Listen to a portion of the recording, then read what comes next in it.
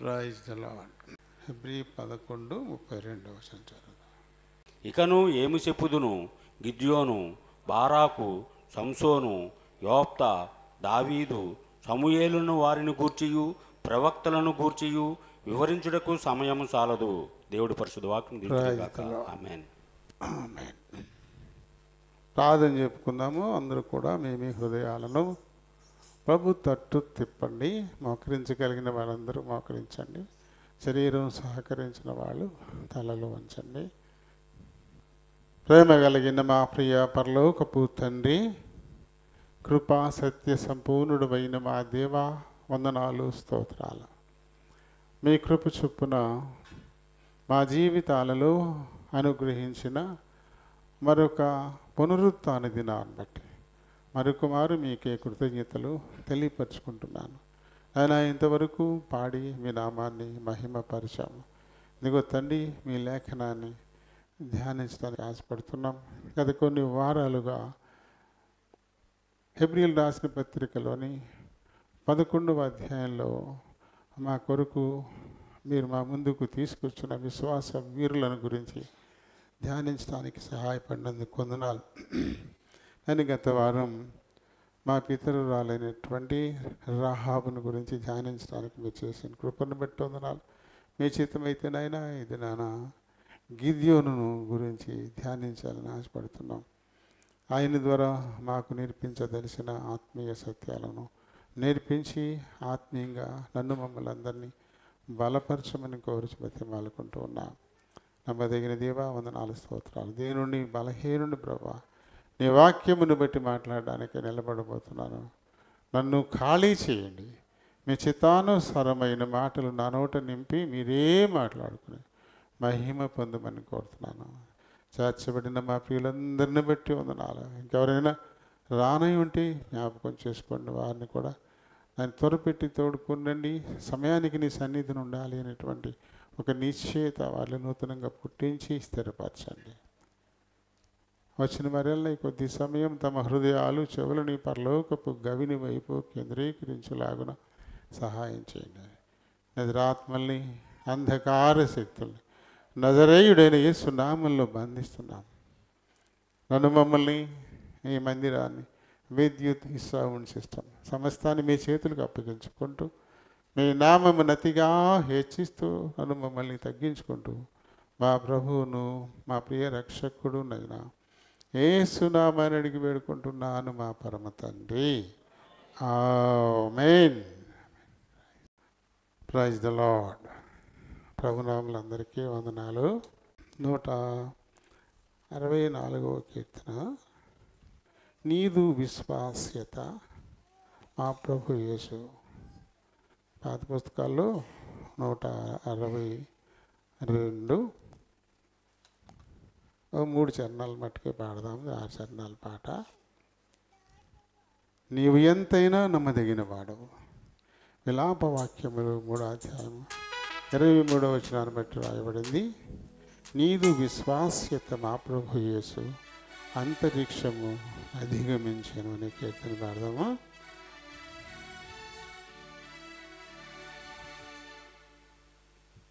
ఒకటి 4 6.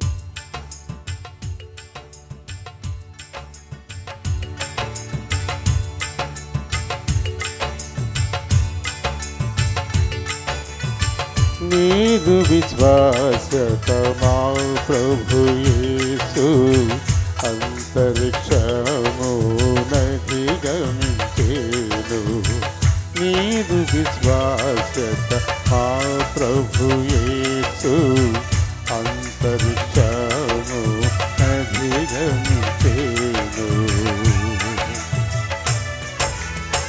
నిన్ను ప్రేమించి ఈ ఆజ్ఞలను అనుసరించు మనుజావళికి. నిన్ను ప్రేమించి ఈ ఆజ్ఞలను అనుసరించు మనుజావళికి. ఈ బంధనను స్థిరముగజేసి, నీ బంధనను స్థిరముగజేసి నిరతము నలరారెడు మా ప్రభువా, నిరతము నలరారెడు మా ప్రభువా, నీదు విశ్వాసత మా ప్రభు యేసు అంతరిక్షము అధిగమించెను. ఎంతైనను నమ్మదగిన ఎంతైనా నీ విశ్వాస్యత, ఎంతైనను నమ్మదగిన ఎంతైనా నీ విశ్వాస్యత, వాత్సల్యత వెలసేను మాపై, వాత్సల్యత వెలసేను మాపై, కొత్తగా ప్రతిదినము యేసు ప్రభు, కొత్తగా ప్రతిదినము యేసు ప్రభు, నీదు విశ్వాసత మా ప్రభు యేసు అంతరిక్షము అధిగమించెను.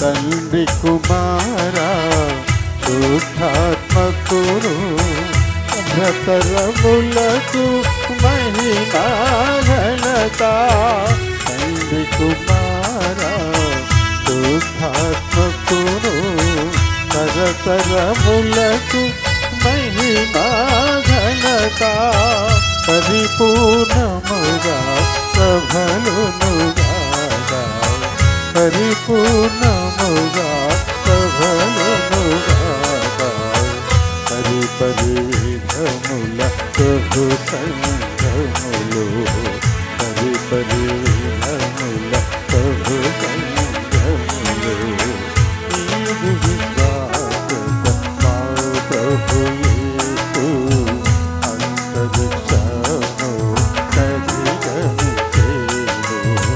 నీదు విశ్వాసత మా ప్రభు యేసు అంతరిక్షము అధిగమించెను.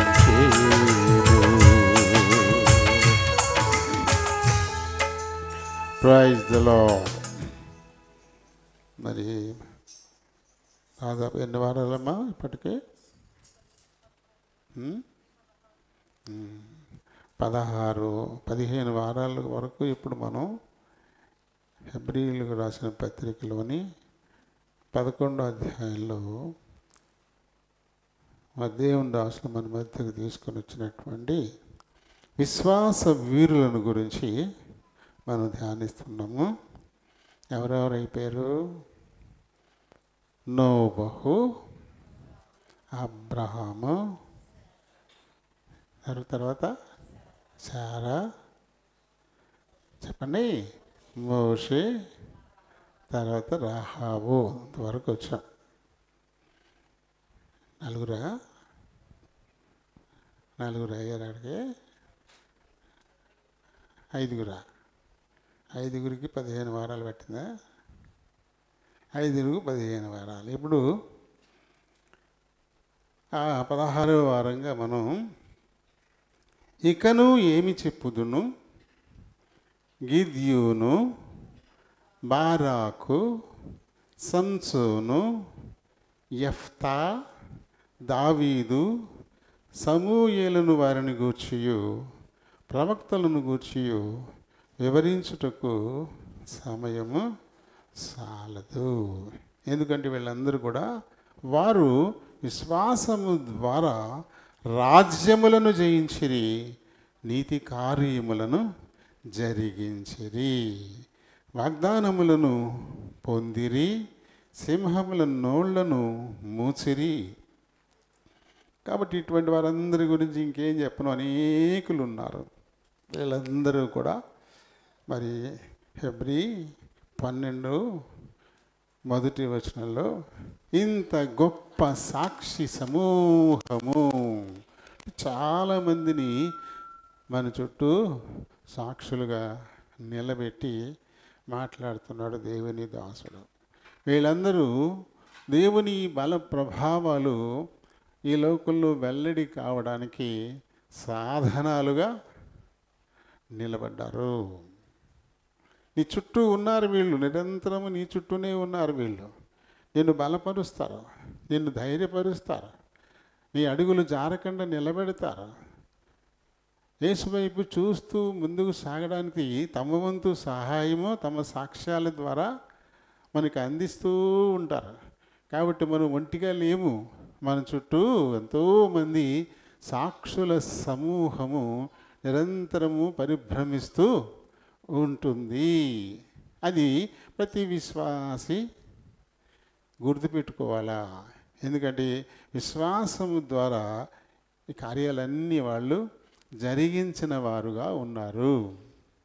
మరి దేవుని పిలుపును విని విశ్వాసంలో బలపడి దాదాపుగా 1,35,000 మంది సైన్యాన్ని కేవలము 300 మందితో గెలిచినటువంటి ఒక వీరుడు గిద్యోను. అక్కడ మోయాబు మిద్యానీయులందరూ కూడా ఉన్నారు. చాలా గొప్ప సైన్యం, నేలంతా ఆక్రమించిన మిడతల దండులా ఉన్నారంట వాళ్ళందరూ కూడా. చాలా గొప్ప సైన్యం, 1,35,000 మంది సైనికులు వాళ్ళు. కేవలం 300 మందితోటే ఇంత గొప్ప సైన్యాన్ని గిద్యోను దేవుడు బలపరిచిన విధానాన్ని బట్టి గెలిచిన వాడుగా ఉన్నాడు. ఇజ్రాయేలీలకు విడుదలనిచ్చిన వాడుగా కూడా ఉన్నాడు. మనకి యెహోషువ తర్వాత న్యాయాధిపతుల గ్రంథం ఉంటుంది. ఈ న్యాయాధిపతుల గ్రంథంలో దేవుని ప్రజలను నడిపించినటువంటి వారు నాయకులు, వారిని న్యాయాధిపతులు అని పిలిచారు.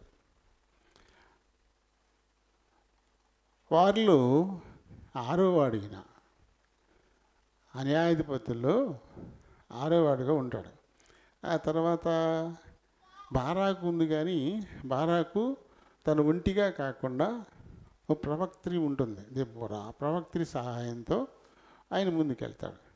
మళ్ళీ యెఫ్తా తను ఒంటిగానే తను వెళ్ళేవాడుగా తాను ఉంటాడు. అయితే ఇక్కడ ఎందుకు ఈ రీతి జరిగింది, ఎందుకు జరిగిందంటే నిర్గమకాండంలో 23వ అధ్యాయము 24వ వచనంలో ఇక్కడ దేవుడు వారికి ఇచ్చిన హెచ్చరిక ఇది. మీరు అన్యుల మధ్యకి వెళ్తున్నారు, వారి ప్రాంతాలను మీరు ఆక్రమించుకుంటారు, వారి మధ్య మీరు నివసిస్తారు. కాబట్టి వారి దేవతలు వారి దేవతలకు సాగిలపడకూడదు, వాటిని పూజింపకూడదు, వారి క్రియల వంటి క్రియలు చేయక, వారి క్రియలు బట్టి క్రియలు మీరు చేయకుండా ఉండాలంటే అలాంటి వారు మీ మధ్య మీతో ఉండడానికి వీల్లేదు. కాబట్టి వారిని పూర్తిగా నిర్మూలన చేసేయమని దేవుడిచ్చినటువంటి ఆజ్ఞ ఇది. కానీ వీళ్ళు ఆ పని చేయలేదు. కొంతమంది అన్యుల్ని వారితో పాటు ఉంచేసుకున్నారు.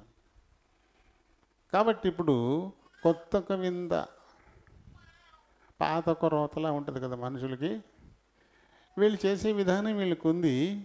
ఇందుకు భిన్నంగా అవతల వాళ్ళు చేస్తున్నాయి చూస్తూ ఉంటే ఇది బాగుంది అనిపించింది.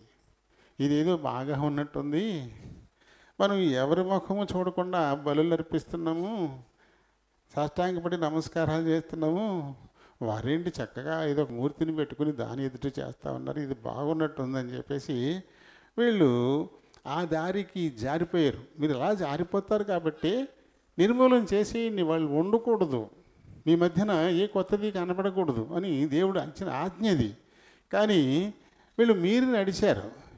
ఇదే న్యాయాధిపతులు. ఎందుకు వీరిని దేవుడు అన్యులకి అప్పగించాడు, అన్యులకి ఎందుకు అప్పచెప్పేశాడు అనేది చూడండి. 2వ అధ్యాయంలోని 10వ వచనం నుంచి ఆ తరము వారందరూ తమ పితరుల యొద్దకు చేర్చబడ్డారు.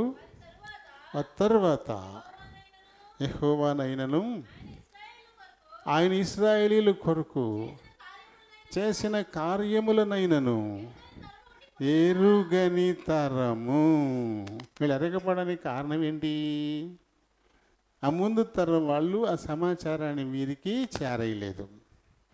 ఆయన ద్వితీయోపదేశకాండంలో ఆదేశించాడు, నిరంతరము కూడా నీ పిల్లలకి తెలియపరుస్తూ ఉండాలి. అది తరతరాలకు విషయాలు తెలుస్తూ ఉండాలి. అందుకని ఎక్కడెక్కడ సాక్షి కుప్పలు కూడా వేయించాడు. ఎందుకు ఇది అని అడిగితే ఆ చరిత్ర చెప్పాలి. ఈ చరిత్రకు ఆధారాలుగా ఎన్నెన్నో దేవుడు ఏర్పాటు చేశాడు. కానీ ఇజ్రాయేలీయులు నిర్లక్ష్యం వహించి వాళ్ళు తగ్గిపోయారు. దేవుడు చేసిన ఈ గొప్ప అద్భుత కార్యాలని ఆ తర్వాతి తరం వారికి అందించడం కూడా మర్చిపోయారు. అందుకని అసలు యెహోవా అంటే కూడా ఎవరో తెలియని తరం వచ్చిందంట. ఇజ్రాయేలీయుల పక్షాన ఆయన చేసినటువంటి అద్భుత కార్యాలను ఎరగనటువంటి వాళ్ళు వచ్చేసారంట. కాబట్టి ఇప్పుడు ఏం చేస్తారు వీళ్ళు? పూర్తిగా తమ చుట్టూ ఎవరున్నారో వారు చేసేటువంటివే చేస్తారు. చదువు తర్వాత ఇశ్రాయేలీయులు కీడు చేసి ఐగుప్తు దేశంలో నుండి వారిని రప్పించిన తమ పితరులైన దేవుడైన యెహోవాను విసర్జించి ఆ బయలుదేవతలను పూజించి తమ చుట్టూ నుండు జనుల దేవతలలో ఇతర దేవతలను అనుసరించి వారికి నమస్కరించి యెహోవాకు కోపము పుట్టించిరి. వారు విసర్జించి బయలును అస్తోరుకును పూజించిరి. కాబట్టి యెహోవా కోపాగ్ని మండెను.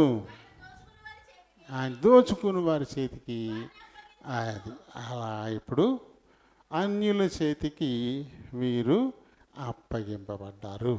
అలా అప్పగింపబడడానికి ఒకటి కారణం, ఆయన్ని మర్చిపోవడం, ఆయన చేసిన కార్యాల్ని మర్చిపోవడం, ఆయనకి కోపం తెప్పించడం, ఆయన వద్దన్నది చేయడం, పోకూడదన్న చోటుకి పోవడం, చేయకూడని కార్యాలు, ఆరాధింపకూడనటువంటి మనుషుల చేతి రూపాలను ఆరాధించడం, ఇవన్నీ దేవునికి కోపం రేపేసి వారిని శత్రువుల చేతికి అప్పగిస్తూ వచ్చాడు. అలాగే అప్పగించినప్పుడు వీళ్ళు మళ్ళీ మా పితరుల దేవా అంటూ ఏడ్చేవారు.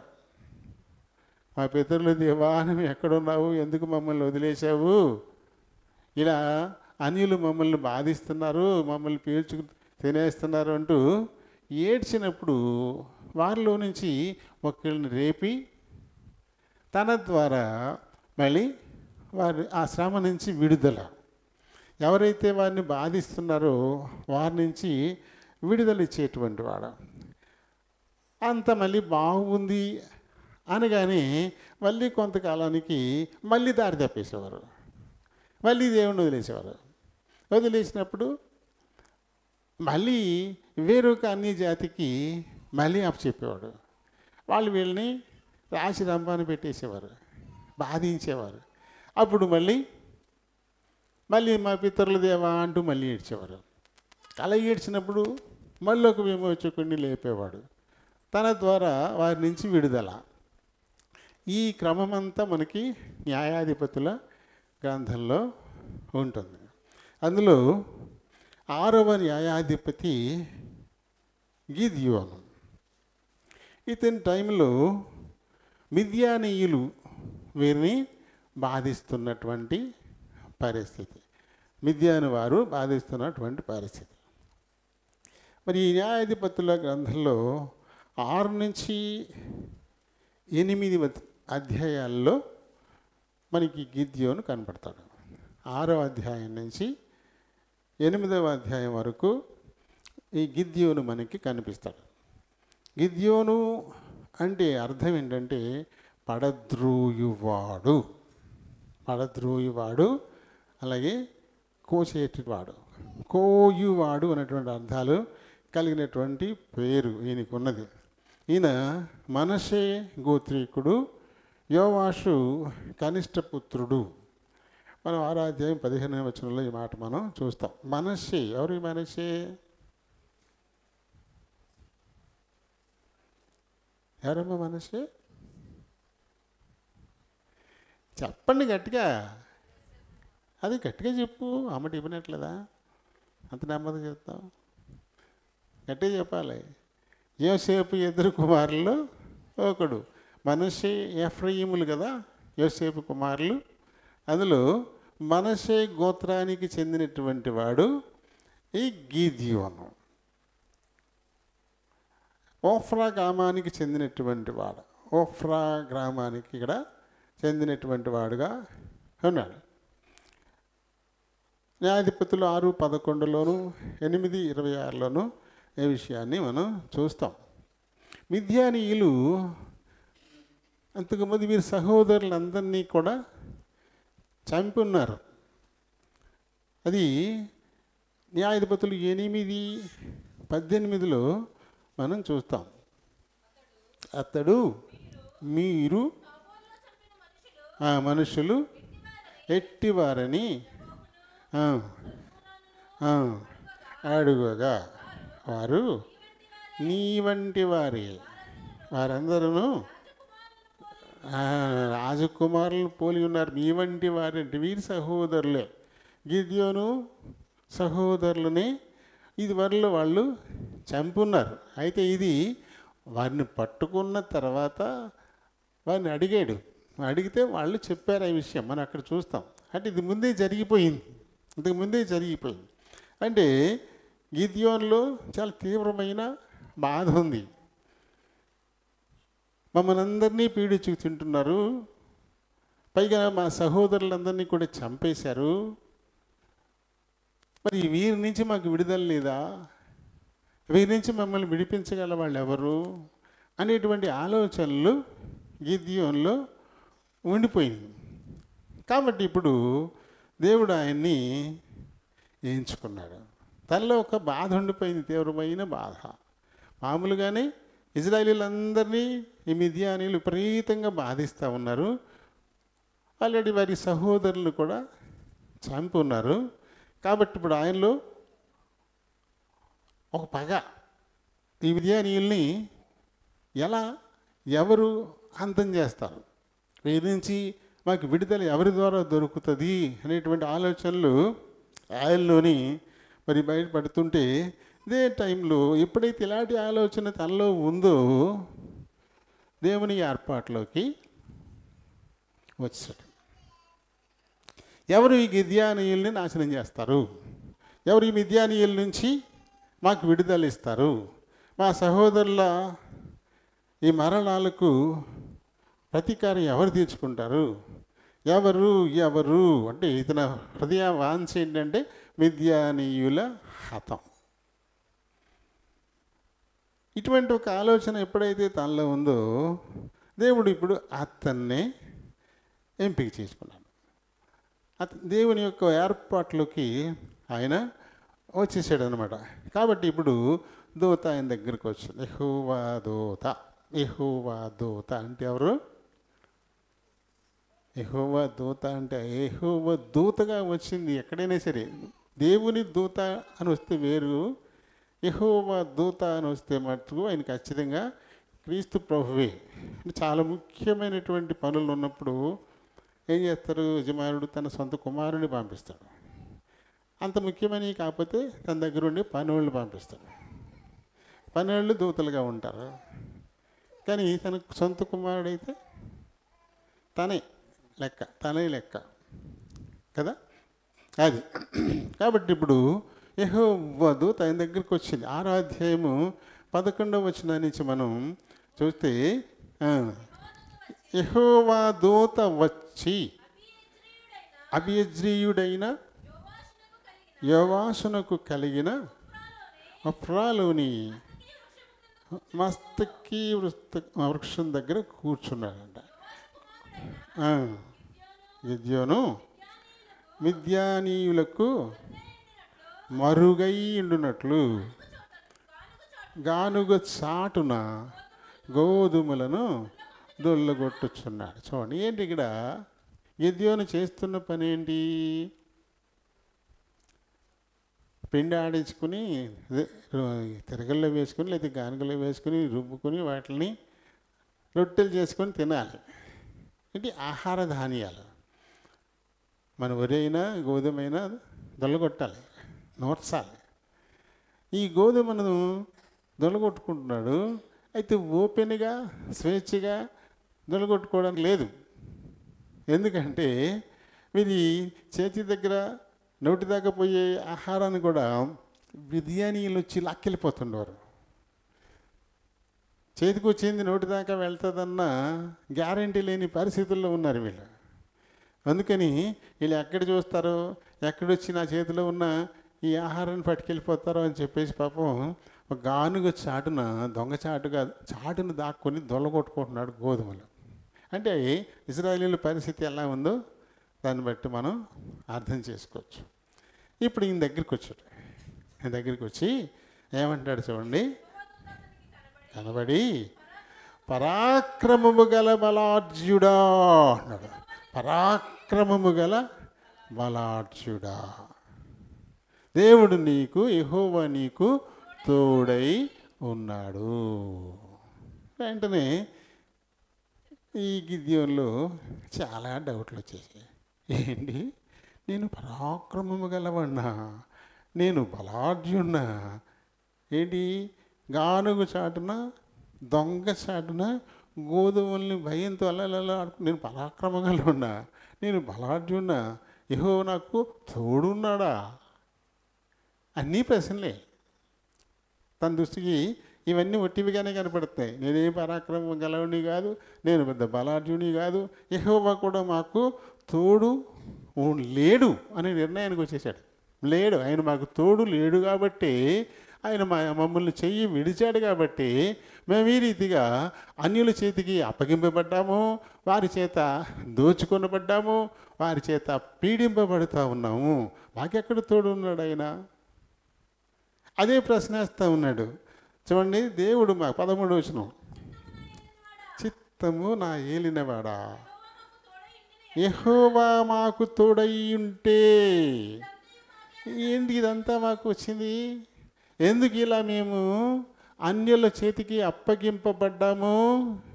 ఎందుకు వారి చేత దోచుకొనబడుతున్నాము? ఎందుకు వారి చేత చంపబడుతున్నాము? ఎందుకు ఆహారానికి కటకటలాడిపోతున్నాము? ఎందుకు ఇలా భయపడిపోయి దొంగచాటును ఎక్కడో గోధుమలు దొలగొట్టుకునేటువంటి ఇలాంటి పరిస్థితి మాకు దాపరించింది? ఆయనే మాకు తోడు ఉంటే ఇలా అన్యులు మమ్మల్ని ఈ రీతి బాధిస్తారా? అలాంటిది జరుగుతుందా అనే ప్రశ్న వాస్తవం కదా. దేవుడు వదిలేసాడు వాళ్ళని. అదే మనం ఇందుకు చదివాం కదా, 2:10 నుంచి చదివాం ఇందాక. విడిచిపెట్టేశాడు. ఎందుకంటే దేవుడు ఏది కూడదని ఆజ్ఞాపించున్నాడో అదే పని వారు చేస్తూ ఉన్నారు. కాబట్టి వారి మీద కోపపడి వారిని చేయి విడిచి అన్యుల చేతికి అప్పగిస్తూ వచ్చాడు. అయితే ఇప్పుడు 14వ వచనం చదివితే, అతని తట్టు చూడండి, ఇందాక యెహోవా దూత అని పేరుంది, కానీ ఇప్పుడు యెహోవాయే అంటే యెహోవా దూతగా వచ్చినటువంటి వాడు సాక్షాత్తు దేవుడే అన్నమాట. యెహోవా దూత పేరుతోటి మనకి అప్పుడప్పుడు అక్కడక్కడ కనబడుతూ ఉంటాడు. యెహోవా దూతగా కదా. అది ఎక్కడ ఆరంభమవుతుంది? ఎక్కడ యెహోవా దూత మొట్టమొదటి మనకు కనబడుతుంది? హాగరుతో మొదటిగా మాట్లాడినప్పటి నుంచి మనకి యెహోవా దూత మన సీన్లోకి వస్తుంది. ఆ తర్వాత అక్కడక్కడక్కడక్కడ యెహోవా దూత కనబడుతుంది. మొట్టమొదటిగా హాగరుతో మాట్లాడుతుంది కదా. అప్పుడు నేను చూచున్న దేవుడు నువ్వే అని చెప్పేసి ఆవిడ అంటుంది. సరే అండి, ఇక్కడ ఏమంటాడు ఇప్పుడు ఈయన? అతని తట్టు తిరిగి బలం తెచ్చుకో, బలం తెచ్చుకో, నువ్వు బలవంతుడివే, నీ బలం నీకు తెలియట్లేదు. బలం తెచ్చుకో. ఎందుకంటే ఇక కొన్ని పరిస్థితులు మన బలాన్ని మనమే మరిచిపోయేలా చేసేస్తుంటాయి, బలహీనులు చేసేస్తుంటాయి. మనం ఆ కార్యం చేయగలము, అలాంటి ఒక సమర్థత మనకు ఉంది. అయినా ఆ సంగతిని మనం మర్చిపోయి అయోమయంగా చూస్తూ ఉంటాం. అయోమయ పరిస్థితి కదా. అంటే చాలా ఇబ్బందికరమైన పరిస్థితులు వచ్చినప్పుడు ఎర్ర సముద్రం దగ్గర ఇజ్రాయేలీలు అందరూ కూడా మోషే మీద శనిగి రాళ్ళతో కొట్టేద్దాం అన్నంత పరిస్థితి వచ్చేసరికి ఇప్పటి వరకు ఎన్నో అద్భుతాలు జరిగించినటువంటి మోషే తన చేతను ఉన్నటువంటి ఆయుధాన్ని మర్చిపోయాడు. తన చేతిలోనే ఉంది ఒక కర్ర, దాని సహాయంతోనే ఎన్నో అద్భుతాలు చేశాడు.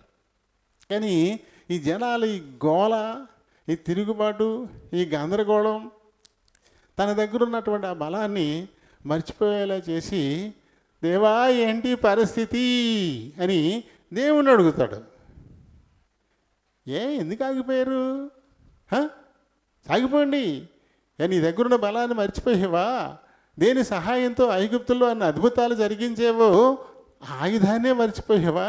అది నీ చేతిలోనే ఉంది కదా, నీ చేతిలో పెట్టుకుని ఎందుకు నన్ను అడుగుతావు నువ్వు అన్నాడు దేవుడు. అంతే తప్ప దేవుడిగో నేను చీల్చేస్తున్నాను, నేను దారి చేస్తున్నాను నేను దేవుడు చెప్పలే.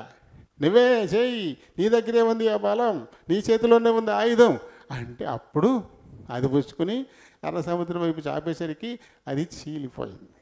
అంటే తన దగ్గరే బలం ఉంది, కానీ జనాలందరూ కూడా ఆయన మీద సనగడం, కొనగడం, రాళ్ళేటి కొట్టి చంపేద్దామని లక్షల మంది, ఒకళ్ళ ఇద్దరా? ఒక పిల్లాడు గోల్ చేస్తుంటేనే మనం అడిగి పక్కన కొట్టేస్తాం. ఇద్దరు పిల్లలు గోల్ చేస్తే ఇంకా సమస్య లేదు, ఇలిపీకి పందిరేసి వేస్తున్నారు బాబోయ్ అంటాం.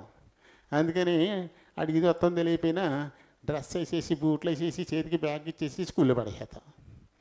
ఎవడో ఎక్కుతాడు, వీడితోటి ఎవడో ఎక్కుతాడు, అంతిది మనకి. అలాంటిది లక్షలాది మంది ఒక్కసారిగా ఆయన మీద లేచిపోయారు. రాళ్లతో కొట్టి చంపేద్దామన్నంత పరిస్థితికి వచ్చేసింది. మర్చిపోడా మరి పాపం, బలాన్ని మర్చిపోయాడు. అలాగే మనం కూడా మన బలాన్ని మర్చిపోతూ ఉంటాం. గిద్యోను, నువ్వు బలవంతుడివే, పరిస్థితులు నేను బలహీనుని చేశాయి, నీ బలాన్ని నువ్వు మర్చిపోయేలా చేశాయి. కాబట్టి బలం తెచ్చుకో. తర్వాత చదువు. బలం తెచ్చుకుని వెళ్ళి మిద్యానీయుల చేతిలో నుండి మీకు కన్ఫ్యూజన్ వచ్చేది, ఇశ్రాయేలీయులను రక్షించు. అది ఎందుకంటే నిన్ను ఎవరు పంపుతున్నారు? సైన్యములకు అధిపతియగు యెహోవా. ఎవని బాహుబలంతో యావత్ ఇశ్రాయేలీయులు ఐగుప్తు నుంచి వెలుపలికి వచ్చారు, ఆ బాహువు, ఆ దేవుడైన యెహోవా ఇప్పుడు నీకు తోడుగా ఉండి నిన్ను పంపుతా ఉన్నాడు. ఆయనే పంపుతున్నాడు నిన్ను. ఆయన పంపుతా ఉన్నప్పుడు నీకు అసాధ్యమైనది ఇంకేముంటుంది? 14 వచనం చదువు. 14 తిరిగి బలం తెచ్చుకొని ఇంకా చివరికి వెళ్ళు. అదే చివరికి వెళ్ళి ఇంకా అతడు చిత్తము నా ఏలినవాడ, దేని సహాయం చేత నేను ఇశ్రాయేలీయులను రక్షింపగలను. నా కుటుంబము మనష్షే గోత్రంలో చాలా చిన్నది, అసలు ఏమాత్రం కూడా ఎన్నిక అనేటువంటిది లేదు. చాలా కనిష్ఠుణ్ణి, చాలా చిన్నోడి నేను. అంత చిన్నోడైన నా చేత ఇంత గొప్ప కార్యం జరుగుతుందా? నేను చేయగలనా? ఇది నా వల్ల అవుతుందా అని చెప్తే 16 వచనం చదువు. నేను నీకు తోడయ్యేందును కనుక ఒకే మనుష్యుని హతము చేసినట్లు, వాళ్ళు ఎన్ని లక్షలైనా ఉండొచ్చుగాక, ఒక్క మనిషిని చంపినంత సులువుగా నువ్వు ఈ మిద్యానీయుల్ని హతం చేసేస్తావు. ఎందుకంటే నా బలం. ఏమంది, ఒక్క దూత ఒక్క రాత్రి వచ్చి 1,86,000 మందిని ఒక్క రాత్రిలో చంపేసి వెళ్ళిపోయింది. ఒక్క రాత్రిలో. వీళ్ళు 1,35,000 మంది. వీళ్ళని ఒక్క దెబ్బతో చంపడం పెద్ద కష్టమా దేవుడికి? నేను నీకు తోడు, యెహోవా బాహువు నీకు తోడు. కాబట్టి నువ్వు వాళ్ళు ఎన్ని లక్షలు ఉన్నా సరే ఒక్క మనిషిని చంపినంత సులువుగా నువ్వు చంపేయగలవు. ధైర్యం తెచ్చుకో, నువ్వు బయలుదేరు, వెళ్ళు అని చెప్పేసి ధైర్యపరిస్తే, ఇప్పుడు ఏమంటాడంటే, మరి నాకు కనిపించి మాట్లాడింది దేవుడే అనడానికి నాకు ఒక రుజువు కావాలన్నాడు. రుజువులు, నాకు ఒక రుజువు కావాలన్న. మొత్తం అది ఇందులో ఒక 3 రకాలైన రుజువుల్ని చూపించాడు. ఇక్కడ ఒకటి ఉంటుంది చూడండి, 15 నుంచి 24 వచనాల మధ్యలో నాకు ఒక రుజువు కావాలి అంటే ఏంటంటే, నేను ఇప్పుడే నీకు బలి అర్పణలు పట్టుకొని వస్తాను, నువ్వు వెళ్ళిపోవద్దు, నువ్వు ఇక్కడే ఉండు అని చెప్పి అడుగుతాడు. అలాగే పట్రా, నేను ఇక్కడే ఉంటాను అన్నాడు. అప్పుడు ఆయన ఒక ఎద్దును వధించి మాంసం ఎన్ని మొత్తం బలి అర్పణలు అన్నీ పట్టుకొచ్చి అక్కడ పెడతాడు.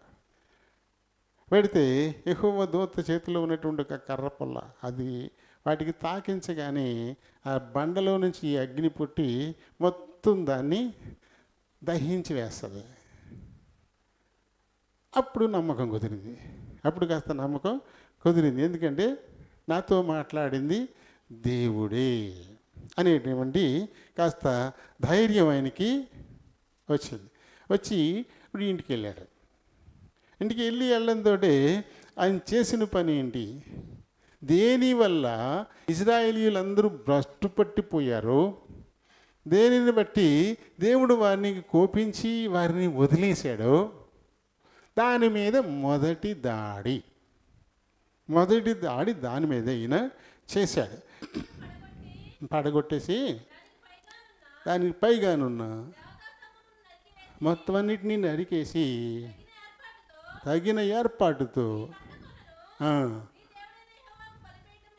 కట్టి తీసుకొని వచ్చి ప్రతిమ యొక్క కర్రతో, అది ఏ కర్రతో చేయబడిందో ఆ కర్రతో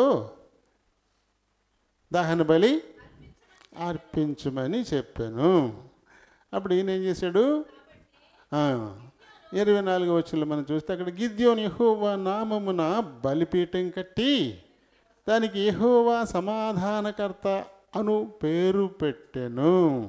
అది ఇప్పటికీ కూడా ఉంది. ధైర్యం వచ్చింది. ఎప్పుడైతే దూత ఆ పని చేసిందో దాంతో ఆయనకి ధైర్యం వచ్చి, దేనిని బట్టి ఇశ్రాయేలీయులు భ్రష్టులైపోయారు, దేనిని బట్టి ఇశ్రాయేలీయులు దేవుని కోపానికి గురైపోయి ఉన్నారు, దాని మీద ముందు దాడి చేశాడు. ఆ బొమ్మను తీసేశాడు, పడగొట్టేశాడు, దాని ముక్కలు చేశాడు. వాటిని ఉపయోగించి దేవునికి దహన బలి అర్పించినట్లుగా మనం అక్కడ చూస్తాం. అక్కడ ఒక బలిపీఠాన్ని కట్టి ఒక పేరు కూడా పెట్టాడు, యెహోవా ఎలాంటి వాడు? సమాధానకర్త. మనం సమాధానాన్ని కోల్పోయి బాధపడుతున్నాం కదా, ఇప్పుడు ఆ సమాధానానికి కర్త యెహోవాయే, ఆయన వలననే మనకి సమాధానం అనేది వస్తుంది అని చెప్పి ఆ పేరు దానికి ఆయన పెట్టినట్టుగా మనం చూస్తాం. అయితే ఇప్పుడు చూడండి, 28వ వచనం నుంచి చదువుదాం. ఆ ఊరు వారు వేకువనే లేచినప్పుడు బయలు యొక్క బలిపీఠం విరగొట్టబడింది, దానికి పైగానున్న దేవతా స్తంభం కూడా మొత్తం పడద్రోయబడిపోయి ఉండి కూల్చివేయబడింది కదా. దాంతో వీళ్ళందరూ కూడా దండయాత్రకు వచ్చారు. ఇప్పుడు ఎవరు చేశారు ఈ పని అంటే ఖచ్చితంగా గిద్యోను చేశాడని వాళ్ళకి అర్థమైపోయింది. మొత్తం పెద్ద దండయాత్రకి వాళ్ళందరూ కూడి ఈ ఇంటి మీదకి దాడి చేశారు. అప్పుడు యోవాష్ తండ్రి ఏం చేశాడు? ఇప్పుడు వారిని ఎదుర్కొని ఎందుకు వచ్చారు ఏంటి ఏంటి అని అడిగితే, ఇలా నీ కొడుకు మా దేవత బలిపీఠాలని కూల్చేశాడు, మా దేవత విగ్రహాలని కూల్చేశాడు అని చెప్పేసి అతను బయటికి తెండి పడదోసేసాడు మొత్తాన్ని అంటూ వీళ్ళు గొడవకి వస్తే, ఇప్పుడు ఆయన ఏం చెప్తాడు, ఎవరిని ఏ దేవత విగ్రహాన్ని పడగొట్టారు, ఏ బలిపీఠాలను కూల్చేశారు, వాళ్ళు చూసుకుంటారులే, మీకెందుకు గొడవ, ఎవరు పడగొట్టారు, ఎవరిది పడగొట్టారో ఆ పడగొట్టబడినటువంటి వాళ్ళే వచ్చి యాక్షన్ తీసుకుంటారు, మీకెందుకు వచ్చింది, మీరు ఏదో బల ప్రభావాలు కలిగినటువంటి మా దేవుడు మా దేవత అని మీరు అంటున్నారు కదా, నిజంగానే ఆ దేవతకి అంత బలం ఉండుంటే అదే దేవత నా బిడ్డ అయినా గిద్యోనికి ఏదైనా చేస్తుంది, మీకెందుకు వచ్చినదంట అవతల పండని ఆయన కొద్ది వెటకారంగా ఆయన సమాధానం చెప్పాడు. చెప్పిన తర్వాత ఈయనకు ఒక పేరు పెట్టాడు, ఈయనకి 32వ వచనం, ఒకడు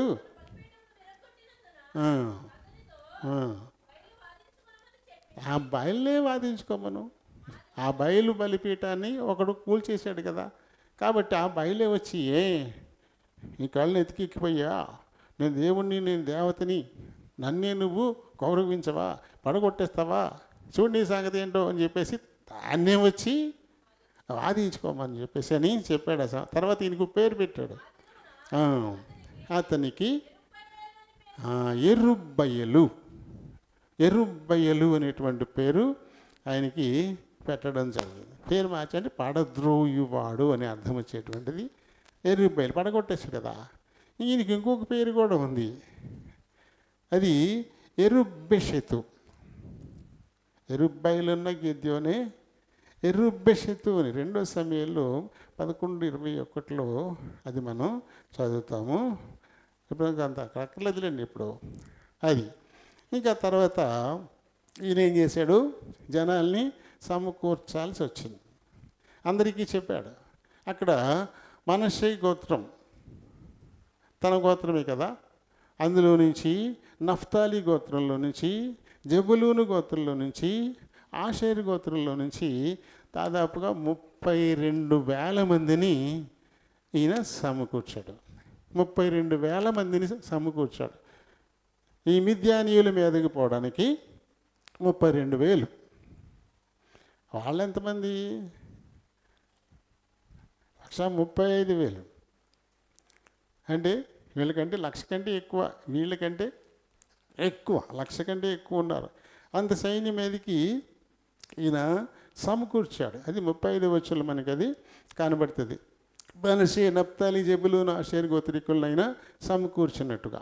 ఈ సమకూర్పు అయిపోయిన తర్వాత ఇప్పుడు మళ్ళీ యెహోవా దూత తనని నాకేమైనా దృష్టాంతం కావాలి, ఇంతవరకు ఓకే అయింది, బాగానే ఉంది. అప్పుడు తీసుకొచ్చిన ఆ బలి అర్పణలన్నింటినీ దహించడం ద్వారా నాకు కొంత ధైర్యం కలిగింది. అయినా ఇప్పుడు కొంచెం వెళ్ళబోతున్నాను, వారి మీదకి యుద్ధానికి వెళ్ళబోతున్నాను కాబట్టి నాకు ఇప్పుడు మళ్ళీ నాకు ఇంకో 2 దృష్టాంతాలు కావాలని చెప్పేసి ఆయన మళ్ళీ అడిగాడు. అది మనకి 36 నుంచి 40 వచనాల్లో ఉంటుంది. ఏంటంటే, నేను కళ్ళల్లో గొర్రెబొచ్చి పెడతాను. అది వెనక ముందు అనుకోండి, ఏం పర్లేదు. ముందు గొర్రెబొచ్చి మాత్రమే తడవాలి, చుట్టూ ఎక్కడ కూడా తడవకూడదు, మంచు కురవకూడదు అన్నాడు. అలాగే అంటాడు. అలాగే పెడితే అలా చూస్తే ఆ గొర్రెబొచ్చుని పిండితే నీళ్ళు వస్తాయి, చుట్టుపక్కల ఎక్కడ తడి అనేది ఉండదు. ఓకే, ఈసారి గొర్రెబొచ్చు పెడతాను, గొర్రెబొచ్చు తడవకూడదు, చుట్టుపట్టుకు తడవాలి అని మళ్ళీ అడుగుతాడు. అడిగితే ఓకే అలాగే అంటాడు. వాళ్ళు అలా తెల్లారి చూస్తే చుట్టంతా తడిచిపోయి ఉంటుంది, ఈ గొర్రెబొచ్చు మాత్రం పొడిగా ఉండిపోద్ది. ఇప్పుడు ఆయనకి ధైర్యం బాగా కుదిరేసింది. ఇప్పుడు బయలుదేరాడు. వీళ్ళందరికీ మొత్తం మీద ఈ 4 గోత్రాల వారిని పోగేసుకుని దాదాపుగా 32,000 మందిని పోగు చేసుకుని యుద్ధానికి సిద్ధపడితే దేవుడు ఆపాడు. ఆగాగు, ఎందుకు ఇంతమంది? ఎందుకు ఇంతమంది? వీళ్ళు ఏమనుకుంటారు రేపొద్దున? కేవలం మా బాహుబలం చేతే మిద్యానీయులను గెలిచాం, మాకు మేము కానీ ఈ మిద్యానీయుల పీడ విరగడ చేసుకోగలిగాం, ఇది మా శక్తి అని చెప్పేసి ఇశ్రాయేలీయులు అనుకుంటారు. అలా అనుకోవడానికి వీలేదు. ఇక్కడ మిద్యానీయులే కాదు, వీరితో పాటు అమాలేకీయులు కూడా ఉన్నారు. వీళ్ళు ఒక్కదే జనమే కాదు, ఇంకా వారు కూడా ఉన్నారు. కాబట్టి నేను ఇప్పుడు కొన్ని పరీక్షలు నేను పెడతాను. కేవలం ఎంతమంది మిగులుతారో కొద్దిమందే మిగలాలి. ఈ పరీక్షలు నేను పెడతాను, ఆ పరీక్షలు నువ్వు చూడాలి అని చెప్పేసి ఏం పరీక్షలు పెట్టాడు? అందరినీ బయలుదేరదీసిన తర్వాత వీరిలో ఎవరికి భయం, యుద్ధానికి వెళ్తామంటే భయం కలుగుతుందో వాళ్ళందరినీ వెళ్ళిపోమను. ఎందుకంటే కత్తి తీసుకుని యుద్ధానికి బయలుదేరారు కాబట్టి, అయినా సరే ఏమో మళ్ళీ తిరిగి వస్తానంటావా, చచ్చిపోతారేమో అనేటువంటి భయాలు ఖచ్చితంగా ఉంటాయి. ఎంత ధీమాగా ముందుకెళ్తున్నా మరణ భయం అనేది తప్పకుండా ఉంటుంది. కాబట్టి అలాంటి భయము ఎవరికైనా ఉంటే వాళ్ళు వెళ్ళిపోమని చెప్పు అంటాడు. భయం అంటే వెళ్ళిపోమని చెప్పు. 7వ అధ్యాయము 3వ వచనంలో కనబడుతుంది. కాబట్టి నీవు ఎవడు భయపడి వణుకుచున్నాడో వాడు త్వరపడి గిలాదు కొండ విడిచి తిరిగి వెళ్ళవలనని జనులు వినున్నట్లుగా ప్రకటించు అన్నాడు. దాంతో 22,000 మంది వెళ్ళిపోయారు. 22,000 మంది, 32,000 పోగేశాడు. 32,000లో ఒక 10,000 మట్టుకే కొంచెం ధైర్యం కలిగి ఉన్నారు. మిగతా వాళ్ళందరూ పిరికి కాళ్ళు ఎలా వణుకుతున్నాయని బట్టి కత్తించుకున్నారు, కానీ ఇలా వణికిపోతున్నారు వీళ్ళు. అమ్మయ్య బతికాను రా బాబా అంట మొత్తం పరుగు. మొత్తం 22,000 మంది వెళ్ళిపోయారు. అప్పుడు జైల్లో నుండి 22,000 మంది తిరిగి వెళ్ళేది. 4వ వచనంలో 10,000 మంది నిలిచి ఉన్నారు. అయితే ఇంతమంది కూడా అక్కర్లేదు. వీరందరికీ ఇంకొక పరీక్ష ఉంది. ఏటి దగ్గర నీళ్లు తాగమను. ఆ క్రమంలో ఎవరు నీతో రావచ్చు, ఎవరు నీతో రాకూడదు అని నేను చెప్తాను, అది ఫాలో అవ్వు, వేరు చెయ్యి. నీతో రావచ్చు అన్నవాళ్ళు నువ్వు పక్కన, వద్దన్నవాళ్ళు నువ్వు పక్కన పెట్టు అని చెప్పి నీళ్ళు తాగమన్నారు. ఇప్పుడు నీళ్ళు తాగేటప్పుడు ఎవరు కుక్కలాగా గతుకుతూ నీళ్ళు తాగుతారు, ఎవరు మోకరించి నీళ్లు తాగుతారు, మొక్కలు ఊని నీళ్ళు తాగుతారు. రెండు చూడమన్నాడు. మొక్కలు ఊనకుండా చేతులతో అలా తీసుకుని గతుకుతూ ఎవరు తాగుతారో వారిని మట్టుకు నువ్వు వేరు చెయ్యి, మోకరించిన వాళ్ళని నువ్వు వేరు చెయ్యి. ఈ మోకాళ్ళు ఉన్నోళ్ళు ఉద్దేశం మనకే అది పంపించేయి. ఎవరైతే తమ చేతులతో నీళ్లు తీసుకుని కుక్కలా గతుకుతూ నీళ్లు తాగుతారో అలాంటి వారిని మట్టుకే నీ కూడా తీసుకెళ్ళాలి అని ఈ పరీక్ష పెట్టాడు. ఈ పరీక్ష పెట్టేసరికి దాదాపుగా 300 మంది మాత్రమే తమ చేతులతో నీళ్లు నోటికి అందించుకొని కుక్కలా గతికిన వాళ్ళు ఉన్నారు. మిగతా వాళ్ళందరూ మోకాళ్ళు కుంగిపోయి మోకాళ్ళు ఊని నీళ్లు తాగారు. అలాంటి వాళ్ళు వద్దు, మనకి పంపించేసి వాళ్ళు పంపించేయి. వాళ్ళు సంసిద్ధులుగా లేరు. మామూలుగానే ఇలా వంగి చేతితో నీళ్ళు తీసుకుని గతికారనుకోండి, వాళ్ళు తొందరగా లేచి నిలబడతారు, తొందరగా రియాక్ట్ అవుతారు దేనికైనా. మోకాళ్ళు ఉన్నవాడు వాడు అలాగే చచ్చిపోవచ్చు, ఇలా లేని పరిస్థితి. కాబట్టి అలాంటి వాళ్ళు కూడా మన యుద్ధానికి ఈ పనికిరారు వాళ్ళు. అంటే మొత్తం మీద 10,000లో 9,700 మంది మళ్ళీ వెనక్కి వెళ్ళిపోతారు. ఇంకా కేవలం 300 మంది మాత్రమే మిగులుతారు. చాలు, ఈ 300 మందితోటి నువ్వు ఇప్పుడు మిద్యానీయులను అమాలేకీయులను నువ్వు గెలుస్తావు అని చెప్పాడు. ఓకే, అయినా నీకు ఇంకా ఏమైనా కాస్త భయం ఉంటే నువ్వు పని చెయ్యి. ఆ మిద్యానీయులు అమాలేకీయులు ఎక్కడెక్కడ మకాన్ చేసి ఉన్నారో అక్కడికి నువ్వును నీతో పాటు నీ సేవకుడు ఉన్నాడు కదా, నీ సేవకుడు అయినటువంటి పూరా అనేటువంటి వాడు, మీ ఇద్దరూ కలిసి వాళ్ళ మకాన్ దగ్గరికి మెల్లగా వెళ్ళండి. అక్కడ వాళ్ళు ఏం మాట్లాడుకుంటున్నారో మీరు వినండి అని చెప్పి మరి ఇంకొక మాట చెప్పాడు. అప్పుడు మళ్ళీ ఈ గిద్యోను అతని సేవకుడైన పూరా అక్కడికి వచ్చేసరికి వీళ్ళు కలగన్నారంట. అక్కడ ఉన్నటువంటి వాళ్ళలో ఎవరికి కళ్ళు వచ్చినాయంట. ఆ కళల గురించి మాట్లాడుకుంటున్నారు. చూడు 13వ వచనంలో మనకు ఉంటుంది, గిద్యోను వచ్చినప్పుడు ఒకడు తాను కనిన కలను తన చెలికానికి వివరించుచుండెను. ఎట్లనగా, నేను ఒక కలగంటిని, అదేమనగా యవల రొట్టె ఒకటి మిద్యానీయుల దండులోనికి దొర్లి ఒక గుడారమునకు వచ్చి దాన్ని పడగొట్టెను. తలకిందులు చేసినప్పుడు ఆ గుడారం పడిపోయినని చెప్పాను. ఇలాంటి కళ వచ్చింది నాకు రాత్రి. యవల రొట్టె ఒకటి దొర్లుకుంటూ వచ్చింది, మిద్యానీయులు గుడారం మీద పడింది, అది మొత్తం తలకిందులైపోయింది అని చెప్పుకున్నారన్నమాట. అప్పుడు రెండోవాడు చెప్పిన సమాధానం ఏంటి అంటే, అది ఇశ్రాయేలీయుడైన యోవాషు కుమారుడుకు గిద్యోను ఖడ్గమే కానీ మరేమీ కాదు. దేవుడు మిద్యానీయులను ఈ దండంతటను అతని చేతికి అప్పగింపబోచున్నాడని వాళ్ళు వాడే ఒకడు చెప్తున్నాడు. అది ఖచ్చితంగా గిద్యోను ఖడ్గమేరా బాబు, వాళ్ళందరినీ దేవుడు అతనికి అప్పచెప్పబోతున్నాడు అని చెప్పి వాడు చెప్తారు. ఇది విన్న తర్వాత ఇప్పుడు గిద్యోనుకు పరిపూర్ణమైన ధైర్యం వచ్చేసింది. ఇది 4వ సూచన కదా. మొదటి సూచన బలి అర్పణని దహించి స్వీకరించడం ద్వారా తానే దేవుడై ఉన్నట్టుగా రుజువు చేసుకున్నాడు. ఆ తర్వాత ఈ గొర్రెబొచ్చు తడపకుండా ఉండడం ద్వారా మళ్ళీ రుజువు చేసుకున్నాడు. ఇది 4వది. వీళ్ళిద్దరూ అక్కడికి వెళ్ళి వింటున్నారు మెల్లగా.